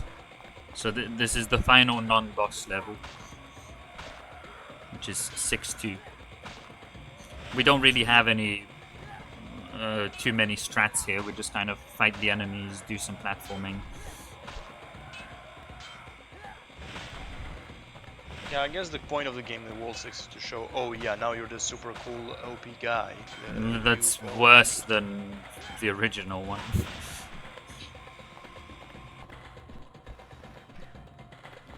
And GMP seems to be on the final level of World 5 right now. Yeah, I got the reverse jump ceiling clip. Just Nice. now. Took a little bit, but fine. Still much faster than the casual section. Here we do a long fall snatch, which is we just ignore all of those and only save ourselves on the final one, of which there are 4.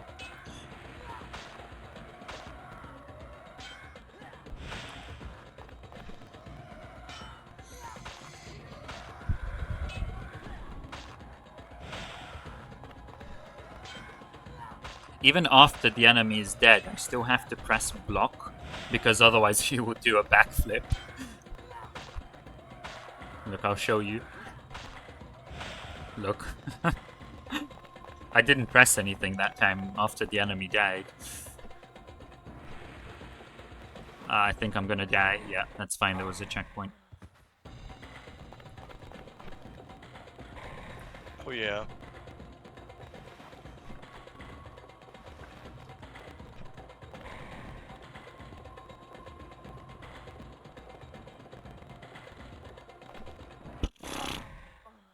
Okay.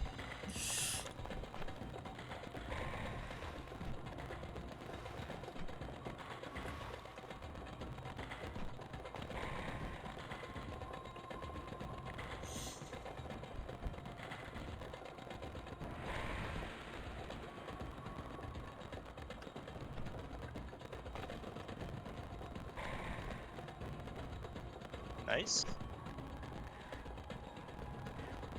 I'm gonna wait for it to fall. I'm gonna wait for this one to fall.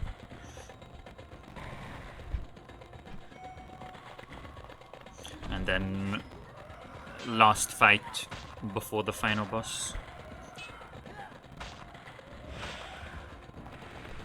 Same deal with those purple enemies.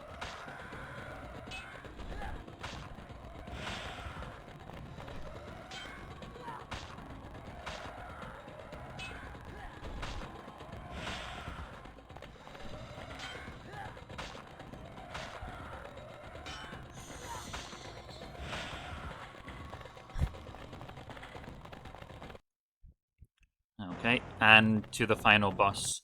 So, time is coming up in about 1.5 minutes. Possibly even 1 minute. Any strats for this boss? Not really, you just do it casually. So there should be 3 phases, and you can do each one. Okay. I might not get it in one cycle now. Okay. Here I am doing the backflip movement because it's impossible to block when the boss is stunned anyway, so it's just easier for me. But it's not... There is a faster way to do it by kind of spamming a single combo over and over again, but I find it easier to... Ah, crap, I missed a cycle. Oh, Yeah, one World 6 apart, I guess. What's your 5/8 time? 316 or 5. Okay, I'm 309. Yeah. okay. One more face. Yeah, he starts kind of lifting us up. We snatch ourselves. So get ready on time in about 10 seconds. Or... So when the health goes to 0, that will be it. And time. GG.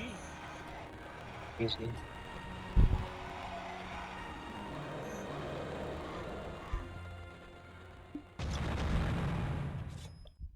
Also, 319.48.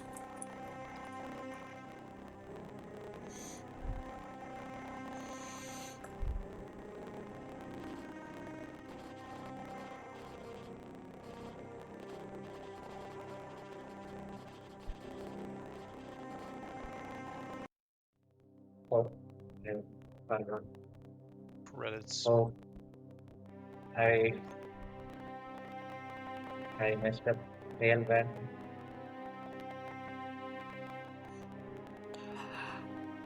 I did an underestimate run of this game. Insane. Congrats.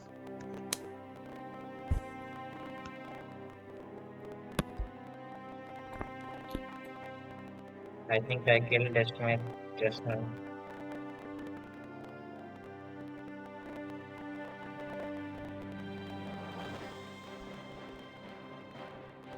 You're on 6-2, right? 6-1. Okay.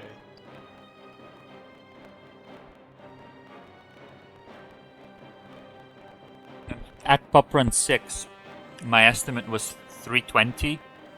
So it's nice to know that this run would have also been underestimate. Or just on the dot. If it's on the dot, I would consider that underestimate, because if you're 1 second overestimate, that's not a bad thing. That means you've estimated perfectly. But yeah, it's nice to know that despite the soft lock, that would have still been within the estimate. Yeah, it would have been way better.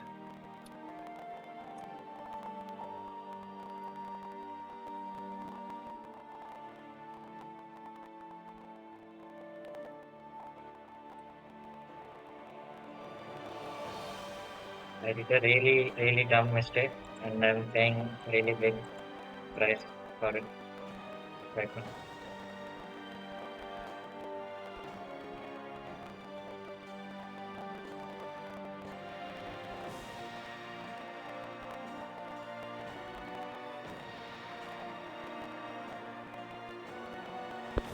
Yeah, so you can see GMP is using a different strat to fight these enemies. So I was doing 2 hits per combo, but GMP is doing 1. And when you do just 1 hit, then you don't even have to do the block strat. You can just hit, stop, hit, stop, hit, stop. Whereas when I'm doing 2, the third one gets buffered, so I have to block to stop the third one, which is the backflip, from being done. I mean, it's really cool that this character can do a backflip, but it's just not efficient in a fight. Yeah. Because you will get hit. You can stun lock the enemy with like normal Prince can.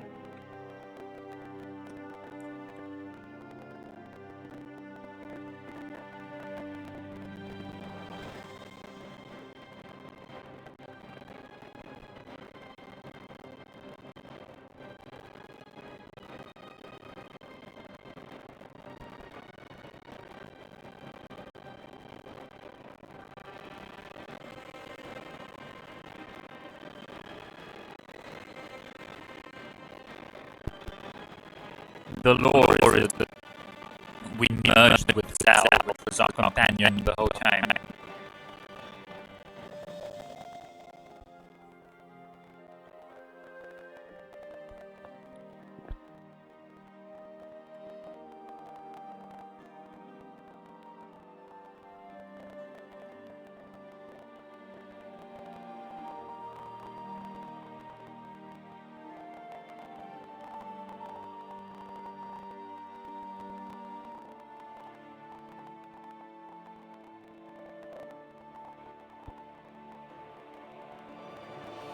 So I think we're looking to be maybe 3 or 4 minutes overestimate with GMP. Yeah. I Just didn't die at the start of 6-1 two times, then maybe 3 times.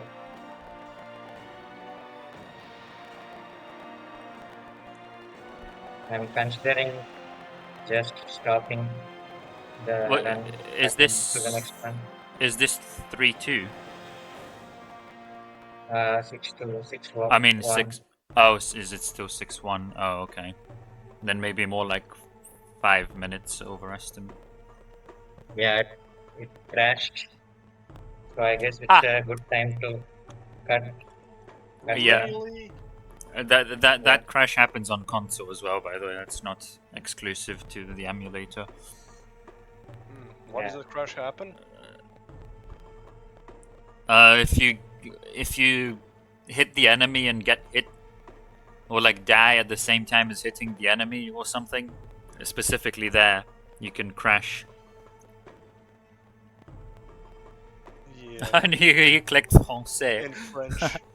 Continuer. Yeah, I mean, we can cut the run basically. Like, I want to finish the run just to have a run on leaderboard, but I think it's better to cut to the next run. Are you recording locally? Yeah, like if any Argus there, then I can basically say the final remarks and cut to the next run because we are already behind on estimate. Like, I would be more comfortable with that. Apparently, the next run is not ready yet anyway, so just keep going for now. Okay. If I don't die, yeah. And also, I'm happy because I'm commentating for the next run, and I'm happy to get more time to eat. Oh, you're also commenting the next run. Half the commentary is you in like the whole event.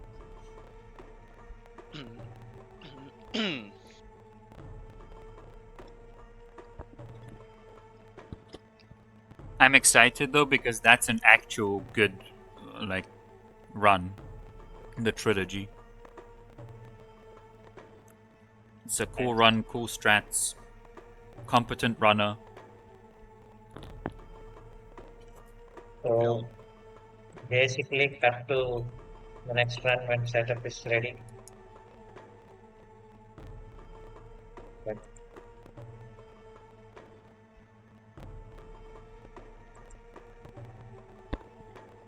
Is this 6-2?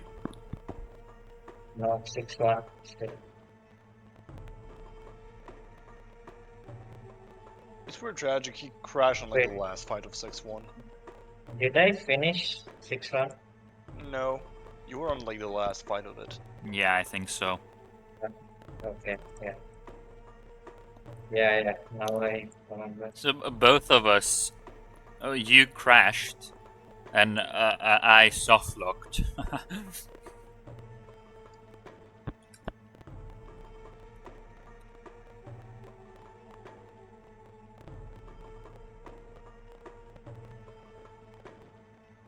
This food is disgusting because it's cold, but I'm eating it anyway. Oh god, that does not sound like fun.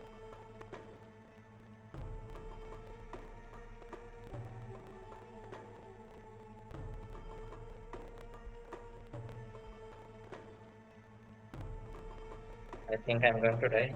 Yeah.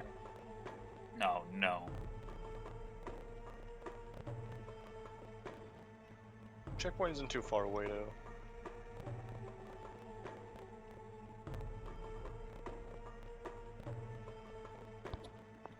I'm eating some rice with a bunch of things. There's some kind of meat, some veggies, some kind of sauce. I have some good stuff waiting for me once this run is done.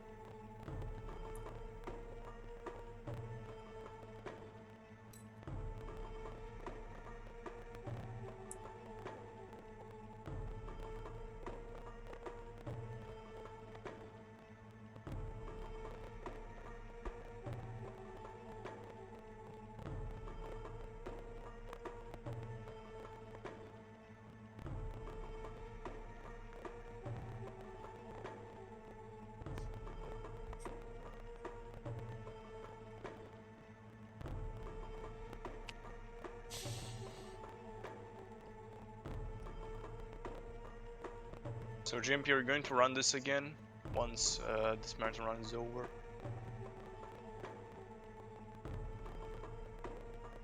Because you said you want to have a run on boards, but I'm like, I didn't hear you. Do you want like to have a run to compare against, or just like you want to submit it on boards because you have a chance? No, I was just saying I will finish this run, but we don't necessarily need to show that on the stream. We can cut to the next game because it's Oh, already delayed. oh, all right. Now I get you. I thought you already have done a run on this game, like an RTA run. No, not really. So, just for the organizers, because GMP crashed, we're looking at another 5 minutes from this point, basically, because he I mean, crashed here.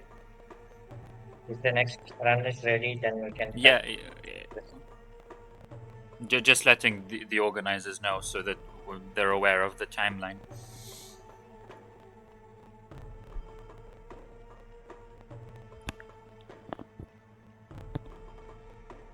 Yeah, I think you have time to finish it. I mean, I would prefer if it got cut.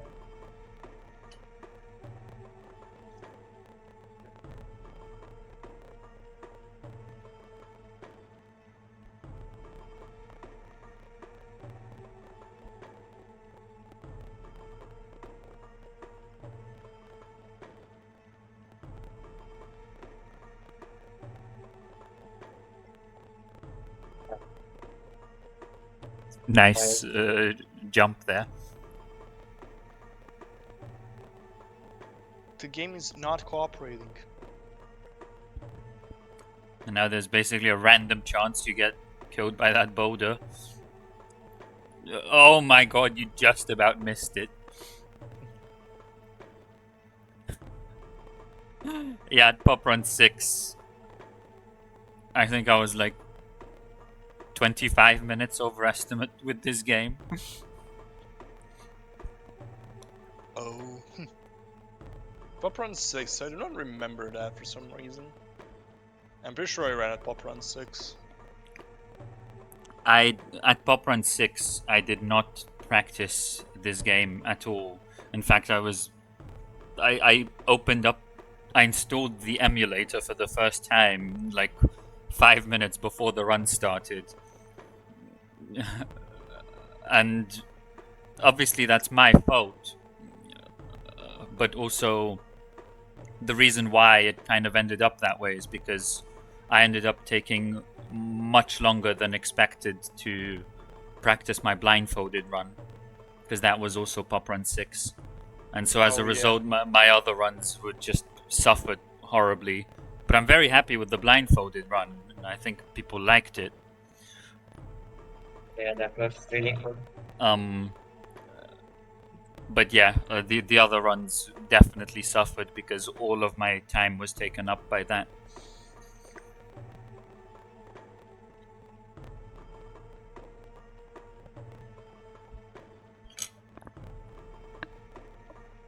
Yeah, I do remember that run, and I think that was the only time someone did a blindfolded run for Prince of Persia. I don't remember there being any other instances.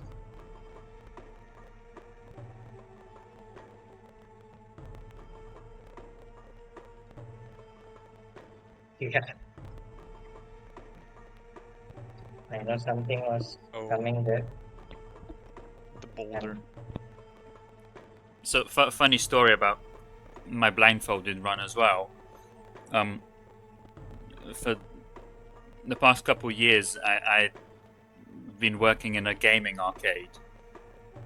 And when I applied for that job, one of the requirements was that you have to be very familiar with games. And in my application, I basically said, like, I can play games with my eyes closed. Here's a video. Is that good enough? And they really liked it, and I got the job. So that blindfolded run literally got me a job. yeah, Yeah, I remember that.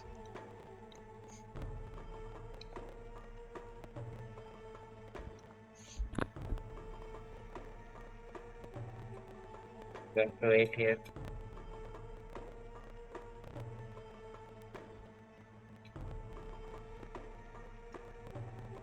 That was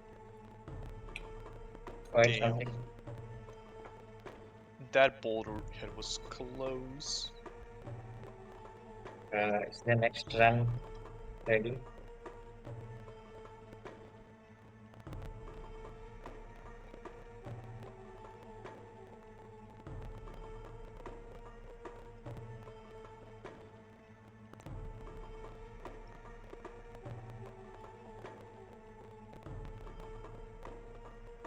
Yeah, I did Windmills IL blindfolded.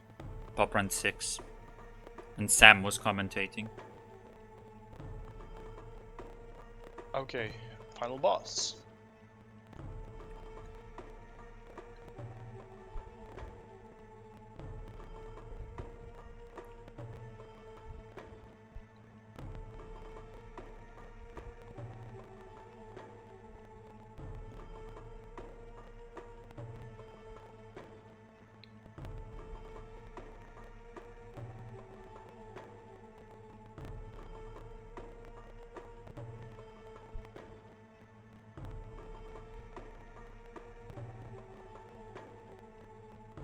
Oh. Nice. Ah. Oh, that sucks. That happened to me with the World 4 boss. At least we've got some lovely main menu music from my end to entertain us. Bring out the cat if he's around.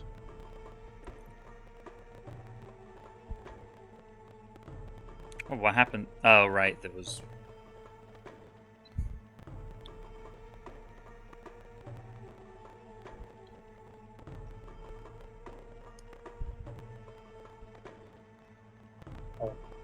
I kind of forgot what to do. I messed that one up as well. Do you know what to do for the final phase? I mean, yeah, but for some reason the slash doesn't work sometimes. For you or for the boss? For me, Interesting. Seems to be fine now. Do you do it after you start flying? You need to click closer to the prints in order to not roll. okay. Closer and higher. Yeah. Okay, at least it starts from this Oh. place. Yeah. Luckily.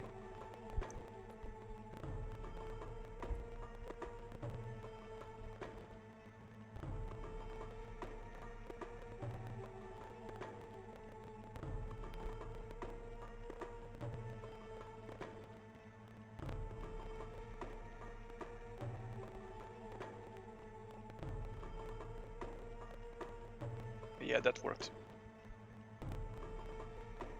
First try. Okay, last phase. I think this is almost done. Yeah, so get ready on time.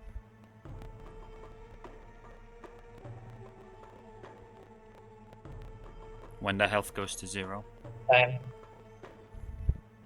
GG. GG. Yeah. What's the IGT? 330. Yeah, 335, 19. Oh, nice. Game crashed. Crashed. Fitting and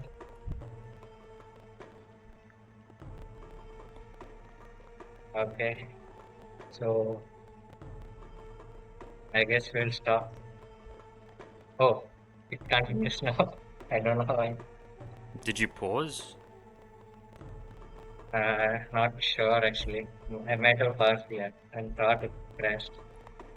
Oh well. It's after the runtime anyway, so it's fine. And Yeah. everything is in French Yes. because he clicked français. Okay. So I guess we will end. Like I have nothing to say. Yeah. Happy to hand back to the organizers. Then, yeah, thanks a lot for showing this run for us in double quotation marks. You did very well on a psychological level as well. This is a Toka guarantee right here. Right, and with that, I would say we're going to a quick intermission, and after that, we'll see some Sans Trilogy Completionist by Vin with Smath as co-commentator, if I understood that correctly. Mm-hmm. Right, yeah. So, see you in a bit, and look forward to the next run.